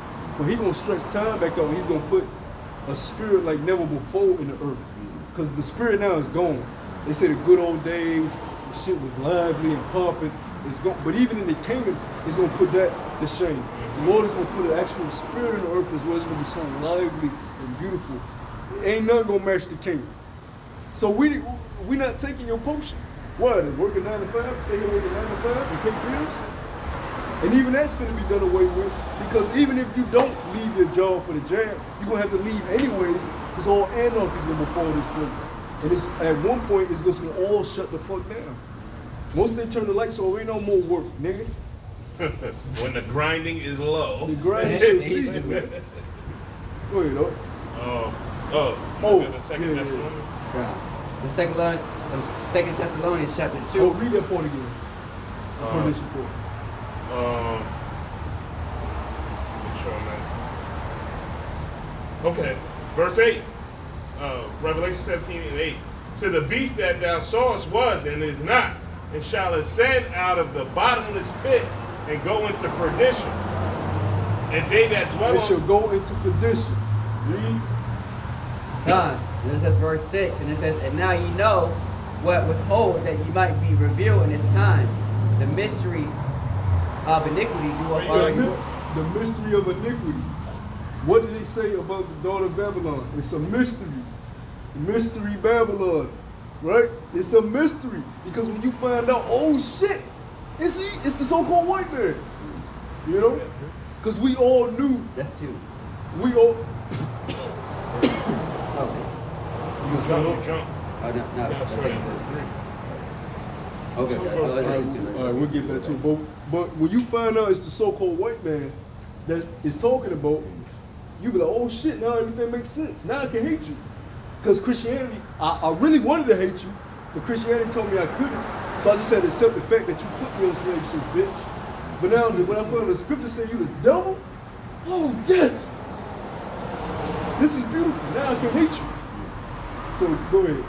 We move back to verse 3. And it says, let no man deceive you by any means, for that day shall not come, except there shall be a falling away first, and that the that the man of sin be revealed, the son of perdition. Yeah, that's the son of perdition. So this perdition, the son of perdition, is the man that's ruling what? This beast, this revised Roman Empire. And who was ruling when the Lord made this statement? Rome. So the revival of this man that came out of bottomless pit is Esau reviving Rome. He's the mystery that worketh iniquity. And the so-called white man, these Christians, they ain't gonna tell you that, because if they put 2 and 2 together, that's why they like to tell you in Christianity that the beast represents the Vatican, right? And that the 7 heads are the 7 mountains that surround the Vatican. Because if they really go into it and they realize it's the Greeks and the Romans and the French and the Spanish and Germanic Minor and Major and in Britain, then they be like, oh shit, it's us. So that's why you get these guys with these weird Christian breakdowns, because they're not going to break it down the way it's supposed to be broken down. Because if they do, and then the whole being America, then they, oh my gosh, it ain't no God bless America. We're fucked as so-called white people. We're the fucking son of perdition. If they're not going to accept that, man, they can't. They'll blow their fucking brains out. They'll blow their goddamn, but it's the truth. And it's nothing but the truth. You know? Go ahead. And it says, We just think Yahweh said it ain't us. That we were born Israelites. God. You know? Because we went through our judgment and we gotta go, you know, we still gotta go through a certain period. But what's gonna come to you is gonna be the worst judgment that ever before this earth, man. And you get to watch us enjoy the fruits of a righteous kingdom. Right? And I'm gonna be eating a nice, whatever juicy fruit, watching brothers put your ass in chains out of bunkers too. Right? Just watching it, yeah, this is beautiful. We're gonna tear them suits off you, tear that tie off your neck, and you don't need this shit. And you can go in slavery in your drawers. We went to slavery in our drawers. You gonna go into slavery in your drawers, and we gonna give you some rags to wear like you did us. You gonna have them suits on and them nice dresses. And we gonna put some fucking rags on your ass, man. Cause when you in your drawers with chains, you know it's over. Damn, we through. You in your drawers and chains, you like, god damn, this is it. You know what I'm saying? And we knew that when we was on them fucking ships. They show you their routes. Kunta was like, when I get up out of here, when they put me on the deck, I'm gonna run back to the river, I'm gonna swim back to the riverbank. And he got on the top of the ship, he said, there's no riverbank. Where's the riverbank? Nigga, you in the middle of the damn ocean, nigga. It ain't no swimming back home. You know, that's when you realize we're fucked. You know, we're fucked. You know, so that's what Esau's gonna realize when them chains get put on him, the reality is gonna get set in. Go ahead. Verse 4, and it says, who opposeth and exalteth himself above all that is called God, or that is worship. Nigga, you painted yourself to be God, man. You was a fucking demon. You know, and you literally painted yourself to be God. And said that you're the Messiah of the Bible, when that's clearly leprous of the scalp. Right? Blonde hair, blue eyes, lack of pigmentation. That's a curse. That's a fucking curse. That whole image is a curse. You know? I mean, you prop that up to be something that's beauty. And people think that's okay. That's why the nigga woman will wear a blonde wig and think that's okay. Wow. A lot of shit that goes on this earth, the Most High despises, and that's why the judgment is going to be so bad. Rap music, even rap music, like we listen to certain songs, you know what I'm saying? We in the flesh, we grew up, you know, you break off so much as you can break off, but even rap music, the Lord despises niggas rapping about murdering each other and drugs, and you talking about fucking women, and the Lord despises that. That's why the judgment is going to be so extreme, because the shit that goes on earth that we think is little, the Most High will put you to death for. Lusting after women and all this crazy shit that's just the norm here, the Most High despises. And that's why this land is going to get the judgment that it's going to get, man. You know? Go ahead. Done. And it says, so that he as God set up in the temple of God, showing himself that he is God. Remember ye not that when I told and who did that? Esau went to the temple, tearing shit down, setting shit on fire, right? And now it's to a point now that we don't have a physical temple. He wants to infiltrate us as the body. He wants to put shit in us to control us, to mark his to brand his slave, right? And you can't take this shit out. You can't take whatever that medicine that shit they didn't put in you. You can't get that shit out of you. You know, you don't even know everything that's in that shit.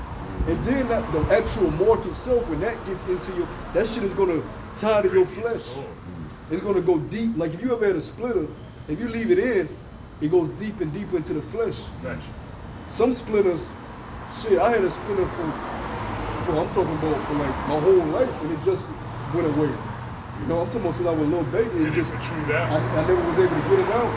I never got it out, and it stayed in there. It just recently like went away.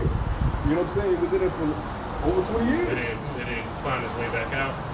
No, it just went deep and deep into my flesh to the point it was just there.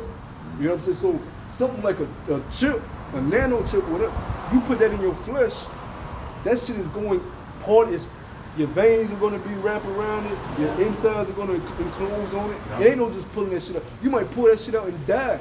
Yeah. Well, I was going to say, you know, that can become a sore. It can become an infection. My sister's mother. Oh, matter of fact, you can make your sore. point, but get that in Revelation. No, I was just going to say, my sister's mother, when she was a little girl, she stepped on glass, right? Cut her foot with glass, right? So, maybe 20 years later, about 20 years later, she had a pain in her foot, right? And it wouldn't go away. It started getting worse and worse. So she went to the doctor, and it was a piece of glass from when she was stepped on it when she was a little kid. It got infected, you know what I mean?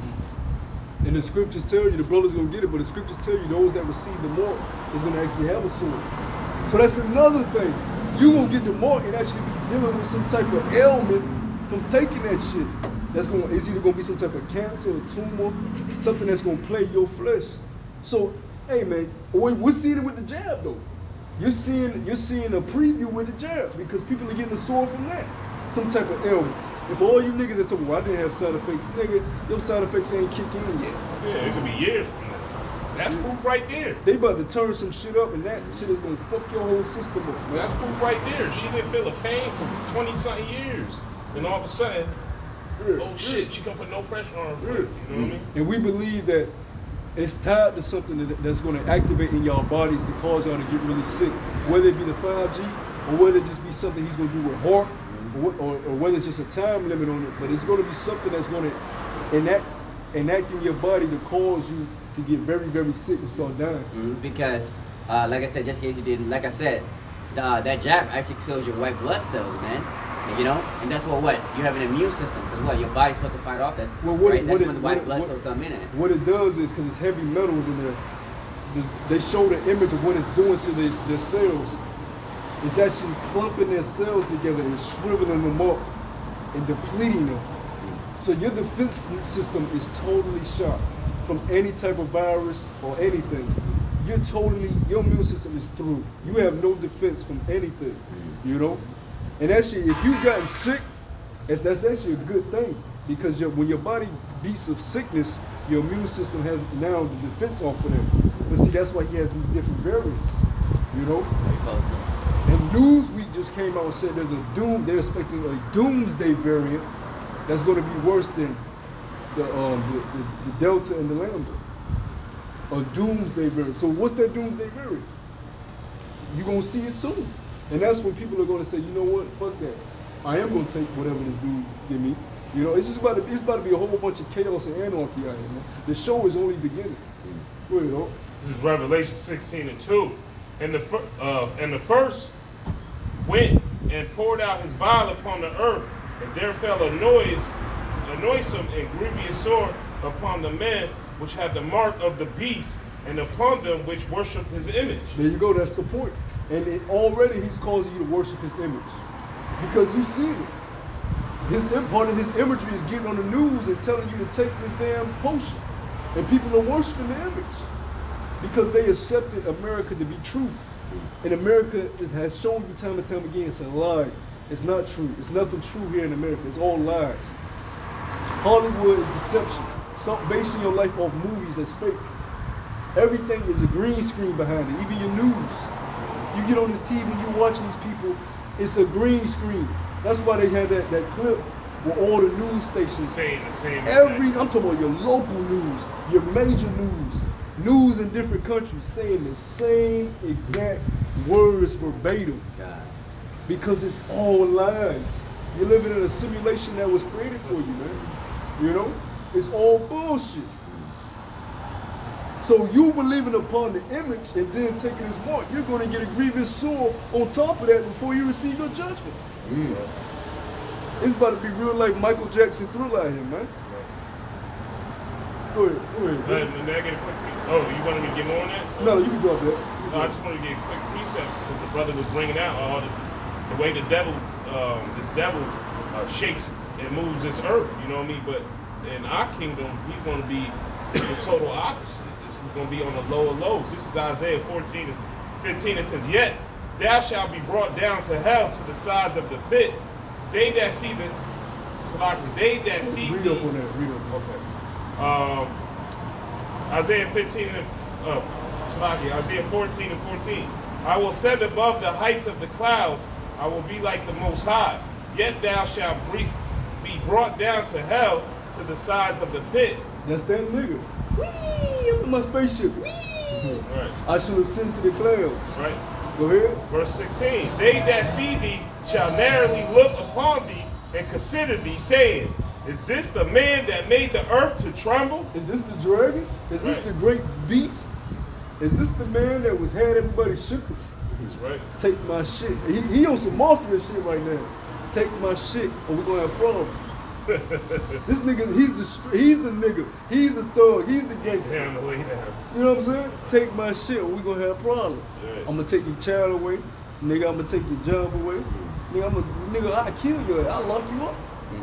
That's some nigga shit. Go ahead. That did shake the kingdoms, that made the world as a wilderness, and destroyed the cities thereof, that opened not the house of his prisoners. You know you opened up the house of your prisoners. Why you ain't let us go? And when you let somebody go, you can't just enslave them and just let them go. No, nigga, you have to give them back everything that they're owed on top of what they had before. So if this was an empire that was built on our back, what's the net worth of this empire? You want to set us free?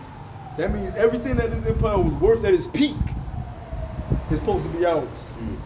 all the gold, all the cattle, all the resources, all the land is supposed to be to us. Because we built it up.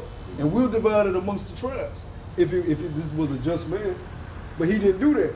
So now you got to pay us back double in your blood. Because what you can't give us what we about to get any goddamn way. The promise comes from Yahweh Shemel Shah. This shit here is whack. Keep your concrete, keep your whack ass buildings. We're going to have shit the earth has never seen before. That's why the Lord is not concerned with destroying this place, because he's about to bring a new age that's going to be greater than before. They have something called the Iron Age, the Stone Age, all those type of things. But there's always was periods where life had to restart itself, all right? You go to different centuries. That's why you have different time periods. Life always restarts itself. It's nothing new. Now we're at a time now where things is about to be brought down so something else can be built up. That's all that's happening. Yeah. Go ahead, though. You want to go back to 17? Yeah. Revelation 17 and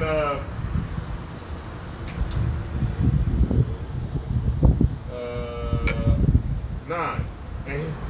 No, I'll start back at 8. The beast that thou sawest was and is not, and shall ascend out of the bottomless pit and go into perdition. And they that dwell on the earth shall wonder, whose names were not written in the book of life from the foundation of the world. So these niggas are wandering after the beast. Ooh, miracle. Ooh. You know, they wander after this shit. Stimulus money. Ooh. You know, they wandered after this motherfucker, man. We ain't wandering after this nigga. We use the world, not abuse the world. We'll take your little treats and offerings, but nigga, you going into slavery. There's nothing you can do to make us happy, nigga. Yeah, we'll accept him as long as it doesn't risk our salvation. Sure. We got out in Trenton, New Jersey. You know, it's a lot of homeless people in a certain area of Trenton. So these people went up to the train station where the homeless people be at and was trying to offer $50 for them to take the jab. Now, you know, a homeless person, they get high, they need their cigarettes, they need a little something to snack on. They gonna take that fit. They already at a low state. They don't got nothing to live for. Go ahead, give me the jab. But a brother ran up on him. He's like, yo, what you doing? You trying to take advantage of these people? And so they ran him off. But that's the works of Esau, you know? Like Elder Post said, that's why New York is cracking down, because they had that incentive, $100 to take the next, but everybody that was going to do it was homeless people. Right. Because they need that couple dollars. Niggas on drugs and $100. And then you shoot the nigga up, he come back 12 hours later. Hide in the motherfucker. Nigga, you was just hit. Now that nigga got a wig on. They trying to get You know what I'm saying? That's just homeless people doing that shit. You know, so he got to crack down. Go ahead, and they shall dwell on the earth shall wonder, whose names were not written in the book of life from the foundation of the world, when they behold the beast that was and is not and yet is. And here is the mind which it was the Roman Empire. It was brought down. It was not, and now it is. Yep. That's why you have a Democratic Party, Republican Party. You have a Senate. You see how the Colosseums are built. It's all the same infrastructure, the same religion, the same political views. It's the same bullshit. Your presidents are nothing but Caesars. All right? They had a Senate in Rome, or they called it the Republic. All right? Go ahead on. And they used to, just like they assassinated presidents over here, they assassinated Caesars. Yep. They assassinated Julius Caesar in the Senate. Because they said he tried to make himself a god, and they called him meat, and they all poked his ass up. They assassinated this nigga. Abraham Lincoln, they assassinated him. John F. Kennedy, they assassinate niggas. That's what he do. It's the same shit. Nothing new under the sun. You know? This is the full truth, man. Chariots have shown themselves. Signs and wonders about to be at an all-time high. The Lord is about to provide a way out of no way. It ain't for you to worry about what's gonna happen, what I'm gonna do. Worry about today. Worry about what's in front of you right now. The scriptures tell you, fret not thyself for tomorrow, for today is sufficient evil thereof. You got enough to deal with today. Don't worry about what I'm gonna do when the devil did it. Worry about today. Pray you live to see tomorrow. Then when tomorrow comes, you worry about that day. Let the Lord take care of the rest, man. And don't let this fucking dweeb, because he's an Edomite. He was the same nigga in elementary picking his nose, eating his boogers. Don't let this dweeb put fear in you, man. He's an Edomite. Just because he got control of the earth right now don't mean shit. Many people had control of the earth at one point. That's how the Lord operates. But his time is up. And he knows that his time is up. Revelation 12:12. He's going to come down with great wrath because he knows that it's over for his ass. It ain't over for us. The scriptures speak about a great deliverance for y'all. Y'all ain't getting beamed up. You ain't about to kill us. Some brothers are going to taste death. Some brothers are going to be locked up. But there's a vision of millions of Israelites get beamed in the chariots. So they're gonna survive this bullshit you bring. The Lord is gonna provide a way. What Scripture said, that those that shall lose for my name's sake will essentially receive the kingdom. Yeah. So the prophecy states that we're gonna get beamed up, which means we're gonna overcome the beast. That's what it's. If this nigga was to kill everybody, ain't no prophecy of the chariots coming to beam us up. So nigga, you lost already. It's already written. It's already written. We don't give a fuck about your potion. We don't give a damn about your mark. We don't give a damn about you threatening us for prison time, fining us, losing our jobs. Nigga, you lost. Right. Take the L. Run with it. You know how we know you lost? Because the scriptures say. Yep. And this is the only living book that's been proven time and time again. You just have to understand it. And I just wanted to add real quick. And that's a good point you said, because we don't see him look that he lost yet. Right. But we know that he lost, by but we faith. believe in the scriptures. Yeah, that's right. He was level 1. But no, I just started watching the UFO documentary on Netflix. And in the 60s, an Edomite couple saw a chariot in the air hovering around. It was shaped like a diamond, like coming down, because you know they have different shapes. So they got out the car. The lady was a Christian, and she read her scriptures, and she said, "Oh, this is the coming of sweet Jesus." Right? The Edomite couples, you know. So they got close. And when they got close, the chariot threw a beam down. Right? So they were all of a sudden they started realizing it started getting real hot. Extremely hot. So they backed out, got in the car, and peeled out. The lady couldn't go to work the next day because she felt sick, and all of a sudden her skin started burning. She was in the hospital for a whole month. This is the Edomite. And you know, we spiritual. That this is not your salvation. This ain't for you. That's why you get burnt the fuck up. The scriptures call it the curse that goes upon the whole earth. That's right. I mean, for a whole month she had to stay in the hospital because her skin kept getting worse and worse. Wow. So that I just thought of the scriptures, man. When the chariots come and throw them beams up, they burning your ass up. Yeah. You know? Yeah, that's and that's our salvation. Yeah. You know? And then some of you niggas gonna burn up. Cause you can't sneak onto the chariot.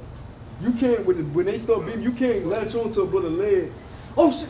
It's gonna happen too fast. You know what I'm saying? But your ass gonna get burned up regardless. Like I said, because what was it? Laser come down on us. Like I said, the ass gonna get burned up. It's just gonna be a split. The scripture says a twinkling of an eye. We barely gonna see it. Yeah. It's just gonna, and you in the chariot. Because a nigga, if the Lord allowed it to, and we walking in the land, you would have niggas holding you like this. You know what I'm saying? For real. Yeah. They'll try to hold you. You know? The Lord said, nah, nigga. Grabbing the barrel mentality. Well, I can't go, you can't Exactly. You know, because a lot of people know what that is.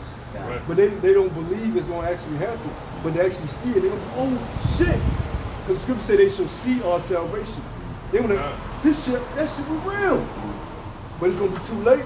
Because we just gonna disappear. They gonna see the chariots, but they just gonna see us disappear, and they gonna be out back. And we gonna be able to see them though. Oh yeah. They said, we gonna be able to see everything after, the chariot but it's gonna be a split. Right. Yeah. And before you know it, we gonna come down whenever we come down, and that's our ass. You people in America, fuck, y'all gonna be fried. Y'all going in the oven, man. But you people around the world, y'all gonna see us come down. These are gonna be different, but I swear I want to hear the big payback. Lord, I'll be one of them men, you know? Continuing on, verse 9. And here is the mind which have wisdom.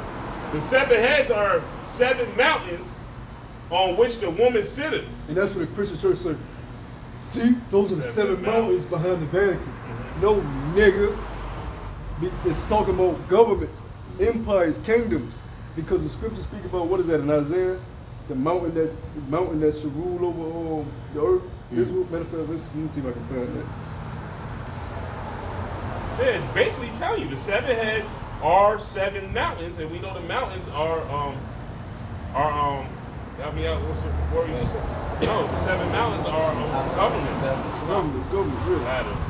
Micah 4:2. It says, this is just to prove that point. And many nations shall come and say, come and let us go up to the mountain of the Lord and to the house of the power of Jacob, and he will teach us of his ways, and we will walk in his paths. It's the point. For the law comes from governments, from kingdoms. For the law shall go forth out of Zion, in the word of the Lord from Jerusalem. So a mountain represents governments. It don't represent no actual mountain. The Vatican sits on 7 mountains. Shut the fuck up. That's why the scripture says what? That basically, like I said, the scriptures are basically a quote unquote stumbling block to the wicked, man. Yeah. So no matter how much they think they try to get it, they just don't have to understand it, man. Because what? They're the wicked. It's right. But go back to what you was reading about. Is this the man? Oh, Isaiah 4. Yeah. That's good. Yeah. Cause we can't. Don't let this man fear you into taking shit. Because if you do, you gonna greatly regret it. Because you're gonna miss the miracle. Right? Just hold on. When the uncertainty comes and you don't know when your next meal is gonna come, or you don't know where you're gonna lay in, just hold the fuck on. Pray and hold the fuck on. The miracle is gonna come. The scriptures always show the Lord providing a way out of no way for us all the time. Always. When he put the spirit on Moses, Marshall, to bust a rock open and water came out for them to drink. Go Google the rock of Horeb. That rock is tall as shit that you can stand in between the crack that was cracked and you look like a fucking ant. And under that rock is smooth rock that's been eroded by a whole bunch of water. To this day, you can see smooth rock patterns from water that just gushed all out. So you just got this big ass fucking humongous rock that you can stand between that's been split in the middle, and right under it is smooth rock. I mean, look what the Lord provided a miracle, man. I mean, look what the Most High did for Moses when he delivered his people, man. You know, he went through the waters. You know what I mean? Yeah, the water. You mean, like I said, just imagine. Like I said, we actually get to see it ourselves. And they found like that path. They found that path, and they said under that it was already an actual path that was already like straight shot over to. So the Lord led them to the direct point that He wanted them to cross through. The Lord is beautiful, man. Let the Lord do His work. You worrying is gonna piss the Lord off, and He gonna kill your ass. When you start worrying and questioning the Lord said, "Don't be wavering and do not be lukewarm." He hates that. He will spew you out of His mouth. You cannot waver. You have to have 100% trust and faith in Yahweh Shah. Because if you have 90%, He gonna say, "Oh, so you 10% fear Esau? You fear this fucking nigga, this piece of shit that I hate, that I set up for a piece of." I'm the Most High, but you in the crib. What if the Lord? I'm gonna kill this. Sirach. Put on the whole armor. One of my favorite scriptures is Sirach 4:28. It says, "Strive for the truth unto death, and the Lord shall fight for you." We can't give up. You know, we gotta keep pushing to the end. That's why we got, like the brother said, we ain't no looking back. You can't waver out of this. You gotta have 100% faith in this, man. Because, hey, man, the scriptures all say, "Wait on the Lord, man." He got this. All we gotta do is just believe in Him. It's simple, man. Just do what we were commanded to do. Isaiah 58:1. You know, do your videos, keep prophesying, and the Lord got you, man. Most importantly, grow as an individual.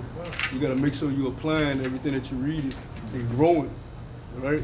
Because if you're doing videos, just come out teaching you still a nigga, that defeats the whole purpose. But how does the Lord say we're gonna overcome this though? It says, "They that love not their life to the death." You know, unto the death. So even if you face with death, you ain't gonna forsake the Lord. You ain't gonna forsake His promises. You ain't gonna forsake being obedient to Him. No matter what you're faced with. You got brothers right now that already had to leave their jobs. You got brothers right now that have custody of their children and they're forced with not being able to homeschool their child, but they don't want to give it to the school system because they know what the fuck they're gonna do. They ain't gonna just mash your kid up. They gonna be trying to inject your kids if they ain't got it. for the school year, you know. As we speak, brothers are already having to do this. You got, you know, pray for the Arkin, man, because you got brothers in very dire situations right now. We get word from brothers that's some of them in hospitals. He trying to goddamn stick them up with shit, saying they got the C-19, you know? Yeah, because you know they're going to use that if you go up in it. So you pray for the Arkin, man, because we in serious fucking times, man. This ain't no fucking game we dealing with, man. Go ahead, man. Yeah. Verse 18, I guess. Well, I'll start at 17 again. That made the world as a wilderness and destroyed the cities thereof. That opened not the house of his prisoners. All the kings of the nations, even all of them, lie in glory, every one in his own house. But thou art cast out thy grave like an abominable branch. So the Lord said, look, all the rest of the nations, they still in their lands, chilling. But you, your ass is going to be cast off. Your ass ain't going to have no place to call home. Mount Seir is going to be no more. All right? The land of Edom is going to be no more. You're going to be just a slave for 1,000 years until there's no more need of you. Because the spirit that's within you is not upright. We can't allow you to continue to roam free, man. Your track record since you've been a creation, going back to the garden, has been nothing but death, lies, and deceit. That's all you've ever done was lie. You was the first murderer, man. You murdered Abel. And then you had the nerve to tell the Most High, am I my brother's keeper? I don't know where Abel at. And the Most High said, nigga, Abel up here with me, crying unto me about your ass. And you go, oh shit. And then he put a curse on Cain. And Cain said, oh, my punishment's too much for me to bear. I have no pigment. He was like, oh shit. Like when Miriam bucked up against Moses, and the Lord cursed her with that leprosy, and she, and Moses was like, Lord, have mercy on me. Because that was a big thing. Even Moses was like, Lord, I know she butt up against me, but damn, have mercy on her, Lord, because she fucked up. Because you ever see a leprous Drake, they look crazy. They got the features of a so-called Negro, but they look crazy. You ever seen Next Door? Huh? You ever look at Yeah, he looked crazy. He look like a naked, I hate to say it, but a naked baboon. Yeah, you look crazy. You look like something wrong with you. So they would see that and be like, oh my God. That's why they had to hit her away. Yeah, they had to put her away from the, that's in the law. You got to put them away from the camp. All right? To that plague leaves. Right? You would see something, you be like, ugh. You know? Go ahead, and as the raiment of those that are slain, thrust through with a sword, that go down to the stones of the pit, as a carcass trodden under feet. Thou shalt not be joined with them in burial, because thou hast destroyed thy land and slain thy people. And the Lord says, since you have loved blood, blood shall pursue thee. See, the Lord is beautiful. He's a rewarder of your works. Whatever you sow, you gonna reap. Nigga, I don't care if it take 100 years, 200 years, 300 years, 400 years, 500 years. Nigga, you gonna reap it. Because when King Saul was risen up, after the book of Judges, when we finally got a king, King Saul, his first job was to go slay Amalek for what they did for not allowing us to pass through that land. Remember when we was leaving Egypt, and they said, no, you can't pass through, nigga. We're going to kill you if you try to pass through our land. With the Lord, that was like 400 years down the line when we finally got a king. And the Lord told King Saul, I want you to pay them back for what they did. That was the first task. So the Lord don't care about that's in the past.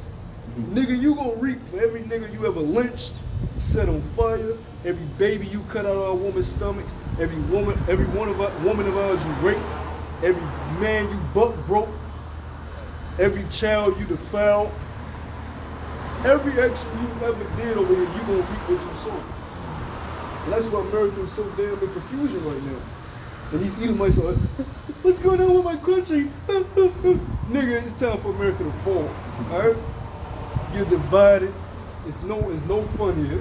Nigga trying to go to Lollapalooza to go have fun. And then everything is so political. The baby says something about faggots, and that ruined the whole shit. And that shit's so vexing to today. I don't mean to cut you off, brother. But it's just vexing because, all right, this world is demonizing him because he said something against, and he really didn't even really say nothing, straight out, but he said something around it. But they say this country says they believe in the laws of the Most High, right? Well, what if the baby comes out and says he believes in the words of the scriptures and says, "Hey, man, I'm against homosexuality"? What are they gonna say then? You still gonna demonize them? But y'all so-called Christians, though. You know what I mean? This is confusion at its all-time highest, man. Yeah, it's okay. You can't. And number one thing, America plays on words. Because I don't like homosexuals does not make me scared of homosexuals. Because that's the first thing they say, you're homophobic. I'm not in fear of a homosexual. I just know it's wicked and it's wrong because the Heavenly Father said so. You know? Yeah. That's the world for you. America's through. It's no more. People are not in agreement no more. People are scared to speak on certain things and certain issues. Nobody wants to stand up because they're scared of what people. This place is through, man. It's out of here. It's on this last leg. You know, so you people taking these little incentives from Esau, you're holding on to a damn kingdom, and you're gonna die right along with it. Right. Continuing on, it says, "The seed of evildoers shall never be renowned." Ooh, the seed of evildoers shall never be renowned. So all these niggas you try to teach us about, then their name is gonna be cast out of the earth. All your great leaders you care about, George Washington, all these fools, Andrew Jackson, all these niggas that. Pieces of Mount Rushmore, that shit, man. A chariot might actually destroy that shit. The angels might want that, shoot the nose off that shit, All these niggas you done propped up, none of their names are gonna be talked about in the kingdom. You think we gonna be teaching about Edomites in the kingdom? Nigga, please. The only thing we gonna tell people in the kingdom about Esau is he's a demon, he's a piece of shit, he's a slave, his face belongs in the dirt. And the nations are gonna know. Mm-hmm. And we're gonna tell them your wicked history. That's what we're gonna teach them. We're gonna teach them your wicked ass history. This motherfucker here is a defiled creature. He was contrary to everything that Yahweh Shem stands for. We might show a replay on the wall, you know what I mean? All that shit. You know what I mean? All the heinous acts of this damn devil. Polluting the whole earth. This nigga polluted the air, manipulated the weather. And people are gonna hate you for that shit. And the nation's gonna know that your ass deceived them. Nigga, you told us we could eat pork. Now you got the Most High mad at us. You told us that Jesus was real. Now we gotta get fucked up because of you. Your ass was in rulership. I'm a goof. I was trying to get rulership, but nigga, you was in rulership. They gonna blame you. They can't blame nobody else. You knew the Most High all along. So you're gonna be getting your ass kicked on the plantation. You gonna be working next to an Edomite, you might get an elbow. They gonna be fucking your ass up, man.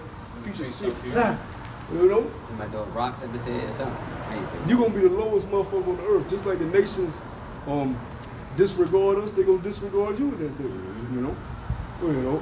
Prepare slaughter for his children, for the iniquity of their fathers, that they do not rise, nor possess the land, nor fill the face of the world with cities. So we're going to prepare iniquity for what your forefathers did, that your ass don't rise up again. And y'all steady building shit.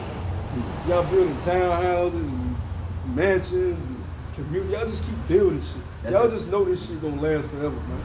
Hey. In the middle of all this shit going on the earth, these niggas are still building. That's why the scripture says what? They shall build up, but what? I shall throw down. Yep. That's how you know we in the days of Noah. They eating and drinking.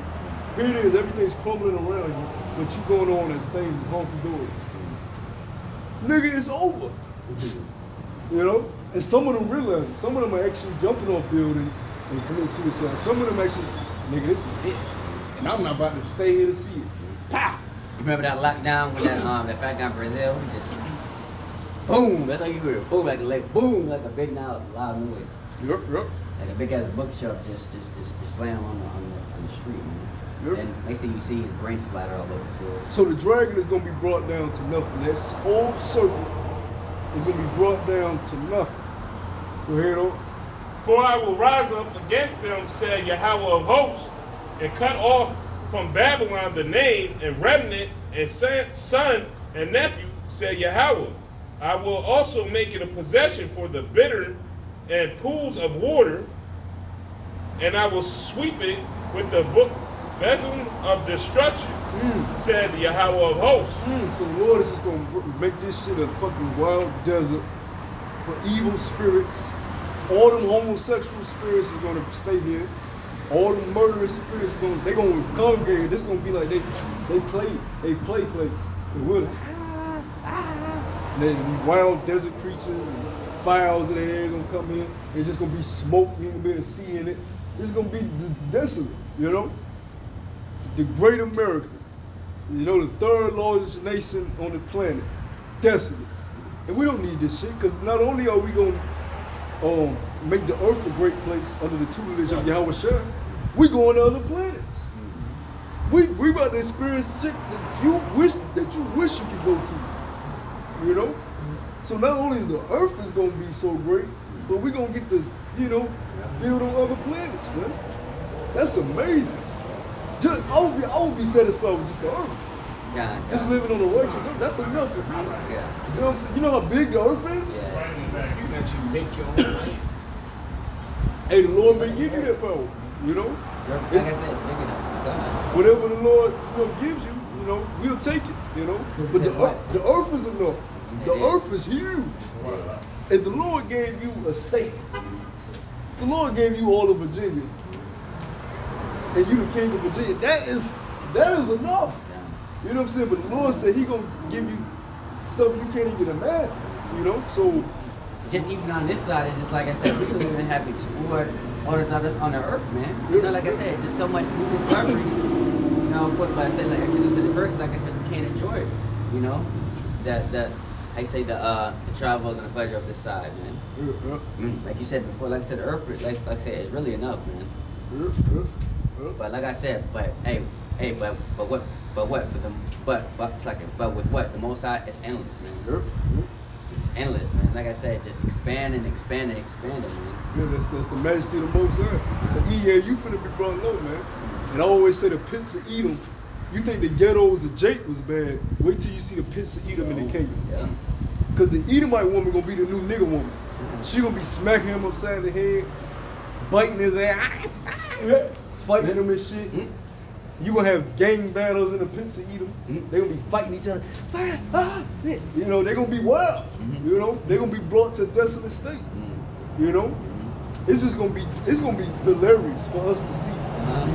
We gonna have nothing but entertainment watching these devils live their life in slavery.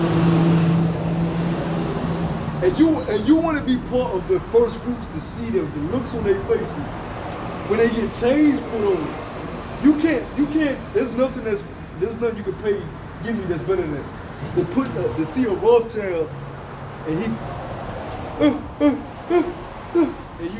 just being carted off. That your grin is just gonna stretch, And they just being put on, whatever we put them on to cart them off to wherever we gonna take them. That's beautiful, man. Yeah, that's the first test. Y'all gotta bury these bodies after World War III. Y'all gotta do a lot of shit. Y'all gonna be doing a lot of shit. All type of shit. Get ready to build.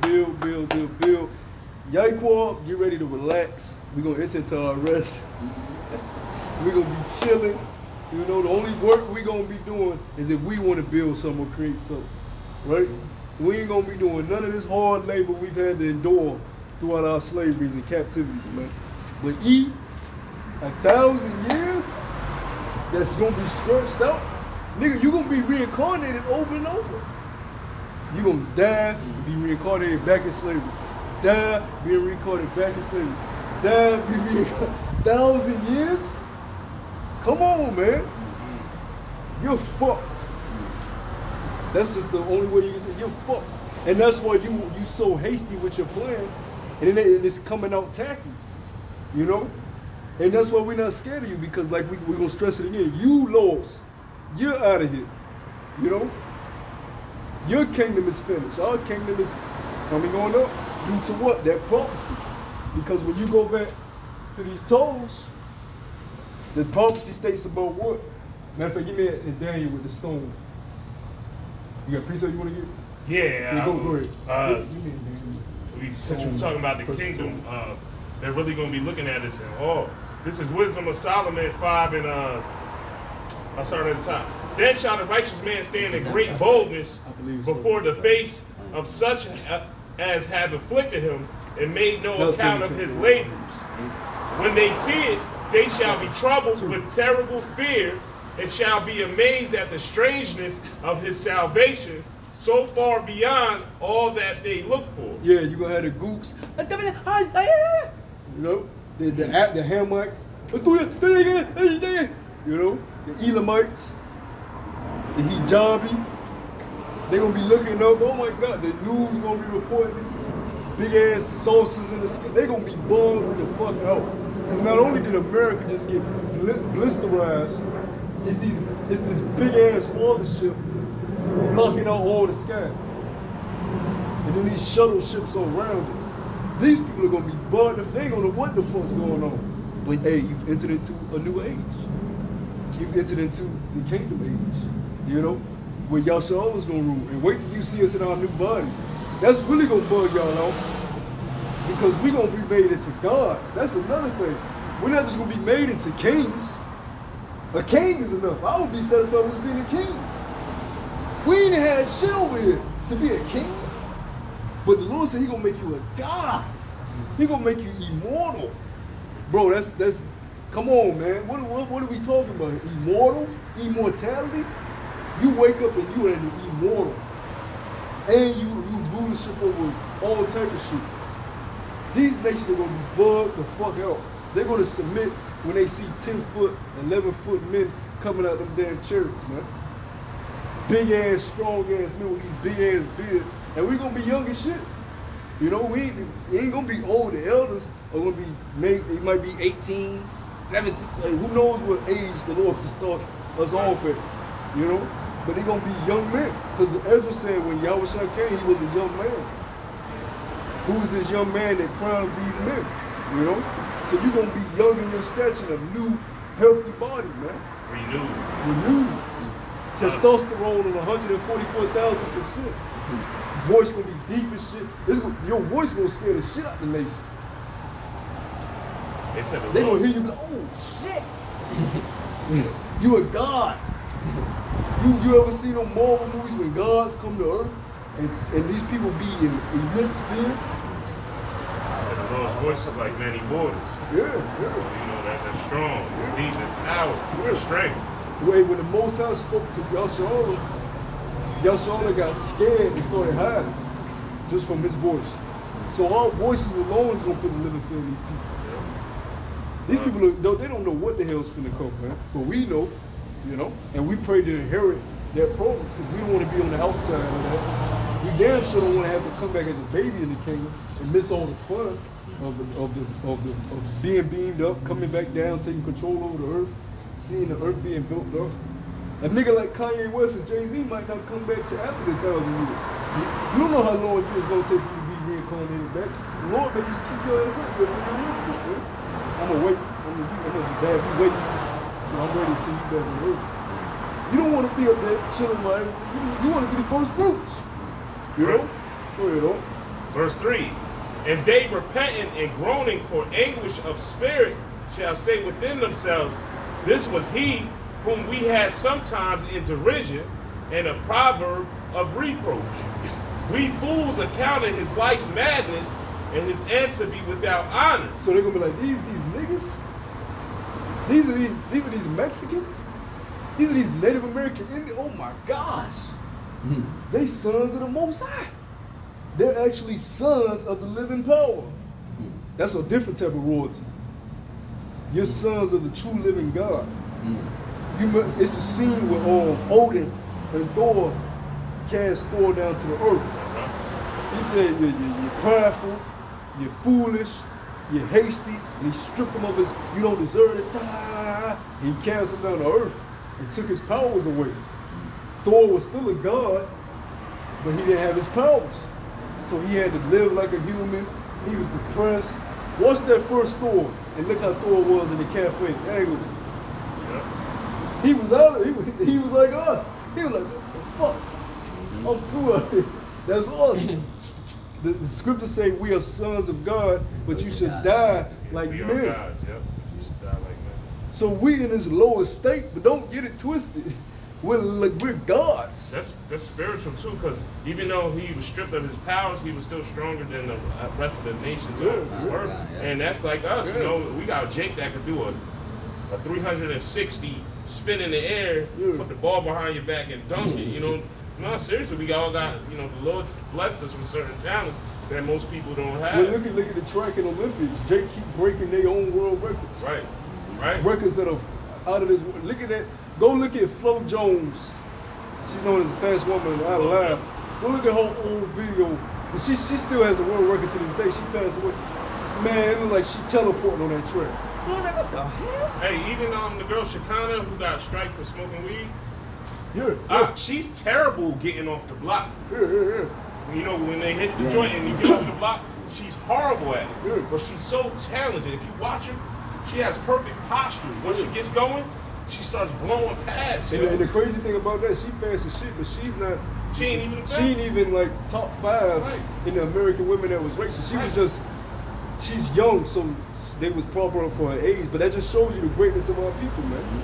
You know, hey, even Yahweh Shah had to correct some of our men. He said, look, is it not written in your law that ye are gods? Why are you marveling that I say I'm the son of the Most High? Is it not written in your own law that ye are gods? And they had to, oh shit, you know? Because you niggas don't believe. But we believe we gonna rule on this earth in superiority and immortality and righteousness. We gonna believe we gonna be changed out of these feeble estate. We ain't gonna never feel a cough no more, a runny nose no more, a headache no more. Your eyesight is gonna be crazy. Your hearing is gonna be crazy. Your smell, your taste is gonna, all your senses are gonna be enhanced. You're gonna be able to think anything and make it manifest. Because right now you may want to build something, but you can't really think where it should properly go or how it should. But your brain capacity, they say, well, you use how much of your brain right now? 10, 15% like that. That of your brain. So imagine if you have 100%. If I may add on, you were talking about the pains and stuff. That hinders us from being in a better mindset. And you might not even realize it because you've been dealing with an ailment or something that's been going on with you for so long. That's why your mood might be messed up. But in the kingdom, you're not going to have any pain. You're going to be at total peace, man. So your mindset going to be clear. You're going to be in a better mood. You know what I mean? Like, you're not going to be walking around frowning. We don't receive the kingdom. Yeah, the Lord said, no more hurt. Yeah, the Lord said, everlasting joy. You should wipe tears from everybody else. That's another thing. You ain't going to ever cry of sadness anymore. That's why I feel. If you do cry, it's gonna be of happiness, but it ain't gonna be of sadness. You never gonna be sad and depressed ever fucking again. There's gonna be immense joy every fucking day of your life. And these other nations, they're gonna enjoy too, because what does the scripture say in Proverbs? Though the wicked are in authority, but the people mourn, but what? Righteous. Yeah, but they gotta go through hell. Yeah, of course, but how you say, they rather our slave than so-called white men, especially with the pollution and shit like that. Yeah, but for their first 1,000 years, they gonna hate us. Because the scriptures also speak about them envying us when we get in rulership. We gonna put our foot up their ass. Because Ham, your ass really gotta get it. Moab, your ass really, because you part of this beast system too. You part of this whole new order. You got your hand major in this 5G and this digital currency. You totally wicked. You Russians, all these nations, man, they wicked as hell. So y'all gonna be right along with Esau getting your ass kicked until the Lord say, okay, now we're gonna give y'all some lands. And even then, y'all still gonna be in servitude. Y'all just gonna be reaping the benefits of a righteous earth, but you still gonna be servants to the Israelites. That was what you was created to be. Mm-hmm. You other nations were not created to just be free. Just like the woman wasn't created to roam free. The woman was created to serve a man. You nations were created to serve the Israelites. That's your purpose. So even when you get out of hardcore bondage, you still gonna be in servitude. We ain't gonna give a shit. We ain't gonna give a fuck. We're gonna be living in the kingdom. You know? We're gonna be living. Right now, you stress about every little fucking thing. That don't even mean shit. You know? Go ahead. Yeah, continue on. Only a couple more verses. Verse 5. How is he numbered among the children of the Most High? And his lot is among the saints.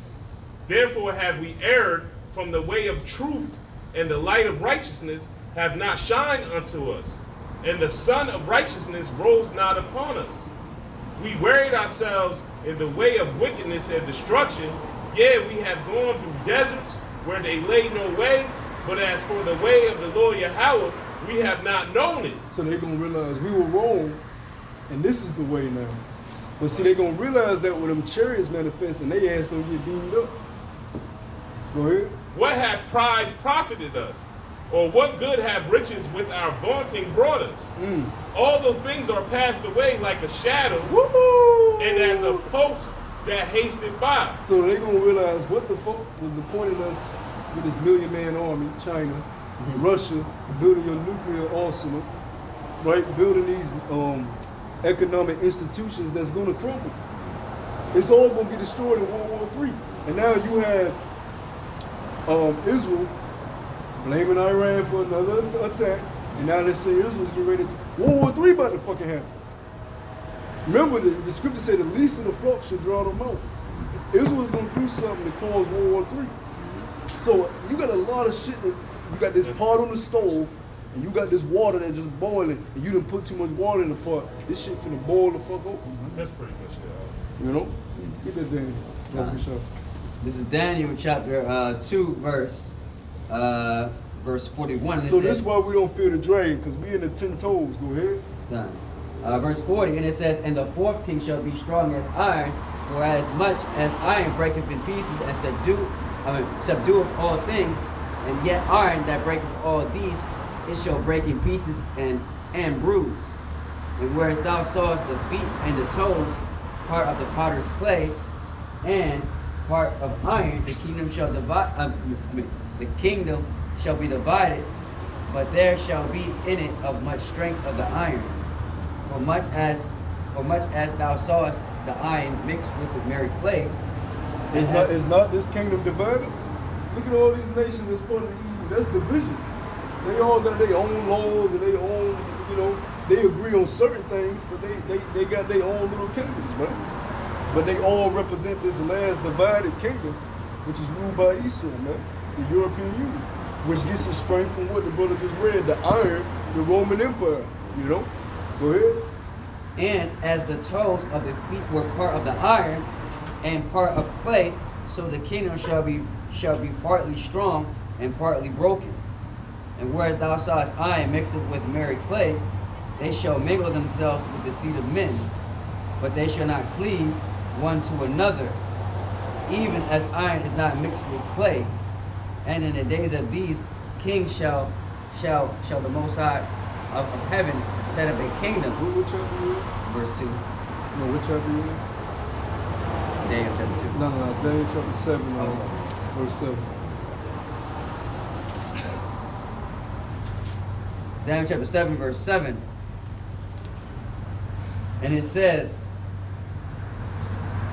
after this I saw the night visions, and behold, a fourth beast, dreadful and terrible and strong exceedingly, and it had great iron teeth, and devoured and breaketh in pieces, and stampeth the residue with the feet of it.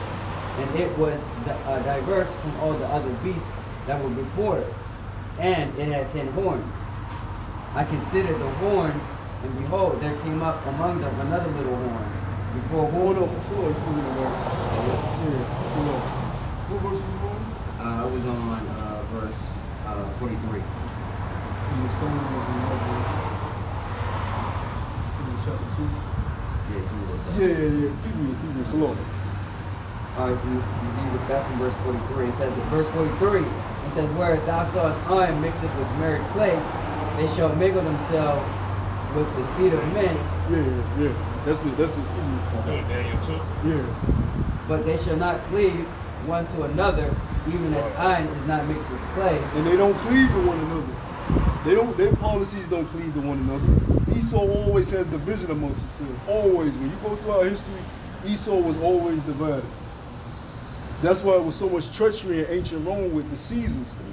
One would murder him so I can come up. You had certain mothers murdering certain sons and murder to get their son in power. You had certain Caesars that wasn't even part of the lineage of the Caesar before him because of murder and treachery and lies. That's how Esau operates. Yeah, he'll kill his father or his uncle if he wants the top spot. Yeah. You see that in a lot of movies, yo. Yeah. Like Caligula killed his predecessor in his sleep. You know, so he can rise up. The movie SWAT, the Italians, the guy came out, he came to America. He thought his uncle thought he was just coming to, you know, sit back and chill with him. And he pulled out a blade and stuck it in his neck. Now I'm running the business. You know what I mean? And that's the mindset of it. You know? And it says, verse 44, and it says, and in the days of these kings shall the Most High of heaven set up a kingdom. In this time that we're in now, the Most High is going to set up a kingdom. Go ahead. A kingdom which shall never be left to other people. It ain't going to be left to other people. Oh, sorry, let me come back. And it says, Most High of heaven shall set up a kingdom which shall never be destroyed, and the kingdom shall not be left to other people. Yeah, that's that immortality we was talking about. But yeah, it ain't gonna be left to other people. It's gonna be given to one people. It's gonna be given to the saints. Go ahead. But it shall break in pieces and consume all these kingdoms, and it shall stand forever.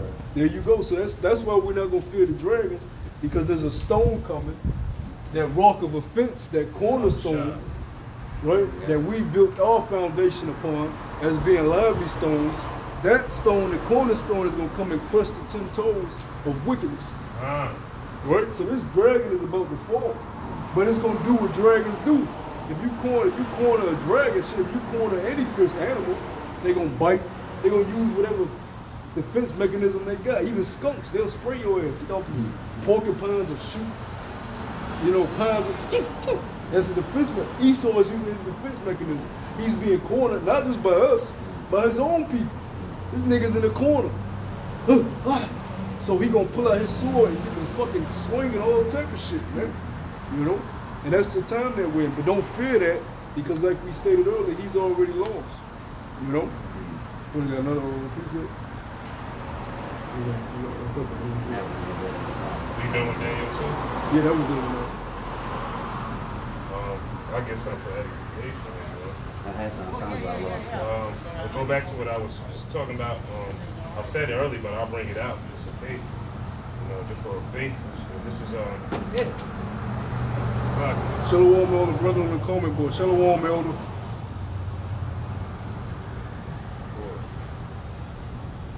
Yeah, we're not in the time of fear. We're in the time of belief, because when the uncertainty comes, miracles happen. All right. The scriptures say, has anybody ever put their, roughly paraphrasing, has anybody ever put their trust in the Lord and he never, and was confounded? You know what I'm saying? So, knowing that, just put your trust in Yahweh Shah and worry about today. Fret not thyself about tomorrow, just worry about today. Right now it's even. Lord, we'll be to sleep. If the Lord permits, we'll have a peaceful sleep tonight. And then tomorrow will come, and we'll worry about what tomorrow has in store. Monday will come, you'll be back at the plantation if you got to work. We'll worry about what Monday has. But don't be, oh, what I'm going to do when I got to forsake my job? What I'm going to do when I ain't got no food? Stop doing that, because that's how the Satan wins. He's going to beat you like that, because you're already losing the battle because of fear. Go ahead, this is Sirach 4:28. It says, strive for the truth unto death, and the Lord Yahweh Shem Yahushua shall fight for thee. Be not hasty in thy tongue, and in thy deeds slack and remiss. Woo! Hey, that's beautiful. Be not hasty. Scriptures also say, be not hasty in the time of judgment. So when things start to come down, because this society is about to come down, all your comforts, everything that you've known, watching movies and listening to music and going to your favorite grocery store, going to your favorite restaurant, you're finna be taken away from that. That's why leaving Egypt was such a big thing, because they was left with the uncertain. They was left with the comfort being taken. They wasn't used to that situation. So that with uncertainty brings fear. Just like if you move to a whole other country, you're gonna have fear, because you don't know the people out there, you don't know the economy, you don't know shit, so you're uncertain. But just because we're moving into a time now where the Lord is requiring us to have total reliance upon Him, He's gonna put us in a situation where we ain't gonna be able to call somebody up and just be delivered on this. No, He's gonna put you in a spot where you're gonna have to have total trust in Him, that He'll provide a way for you. That's right. Because He wants to prove your integrity. When you go into that word, the try, it goes into tests. All right, He's gonna try your faith. He's gonna try your integrity, see what type of quality of man you are. Because a lot of men, it's easy to say I serve the Lord. It's easy to say I believe. But when you're tried and tested, a lot of men will crumble under that, right? And that's the period that we're moving into. And a lot of these Israelite leaders in these other camps are not preparing their flock for the test, for the great trial of Yahweh Shemel Shah. You're telling them it's going to be an easy ride to the kingdom. You're telling them there is no mark of the beast. The chip is not the mark of the beast. You're telling them there ain't no Jacob's trouble. So they're not preparing their minds for what's coming. And they're going to crumble because that fear, that immense fear is going to come on them. Just like when the sister called Nate, IUIC, and she said, I'm a nurse and they want me to take the jab. Should I take it? Take it. Take it. You should have instilled in her confidence in the Lord. Like, look, and our law says no cuttings in the flesh, for one. Two, we're not in the time of taking no serpent juice. All right? We're in the time of leaving up out of the society spiritually. All right? And getting ourselves acclimated and ready for the trial and test that the Lord presents in front of us. And each brother is going to have his own test. So don't think you can cheat off the answer sheet.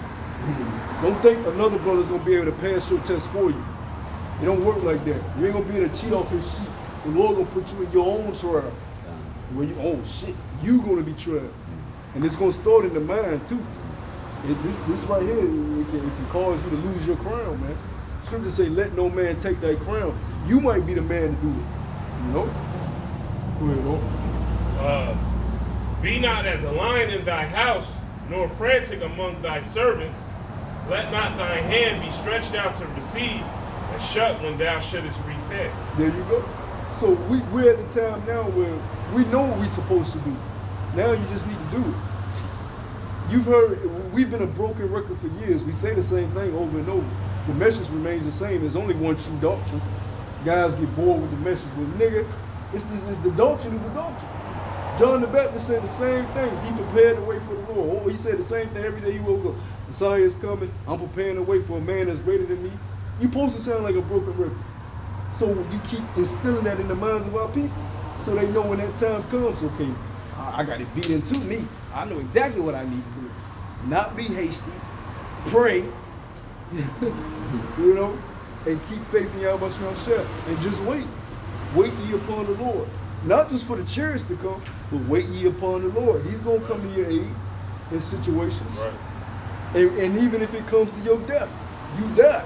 Because you got to have faith that your death is what the Lord requires for your salvation. That was your lot. That was part of your test. If you do die, don't look at it as, oh, the Lord forsook me. Look at it as, I'm a martyr of Yahweh Shemel Shah. Right. Although you slayed me, I will maintain my trust. Integrity. There you go. If I may, whenever times get rough and like the brother said, you are uncertain or your fear comes upon you, they throw a prayer up and say, man, the Lord got me, man. Yahweh Shemel Shah got me, man. And keep going. Keep pushing, man. That's work. That's work. He brought us this far. Right. We've been cursing out our enemy to their face and able to still get our daily bread and survive out here. He's been providing this for us. Right. He's been allowing us to do this. That's right. He's delivered us out of situations. Mm-hmm. He's been doing it now, so what makes you think he's not going to do it later down the line? It's just that the test is getting harder. The answers are getting harder. Some of the, in the school, some of the answers you just knew, oh shit, I remember this shit. But then it started getting harder and harder. You go to not the multiple choice, you go to the goddamn paragraph question. Yeah. Oh shit. You gotta read back. Page number 3. Oh shit.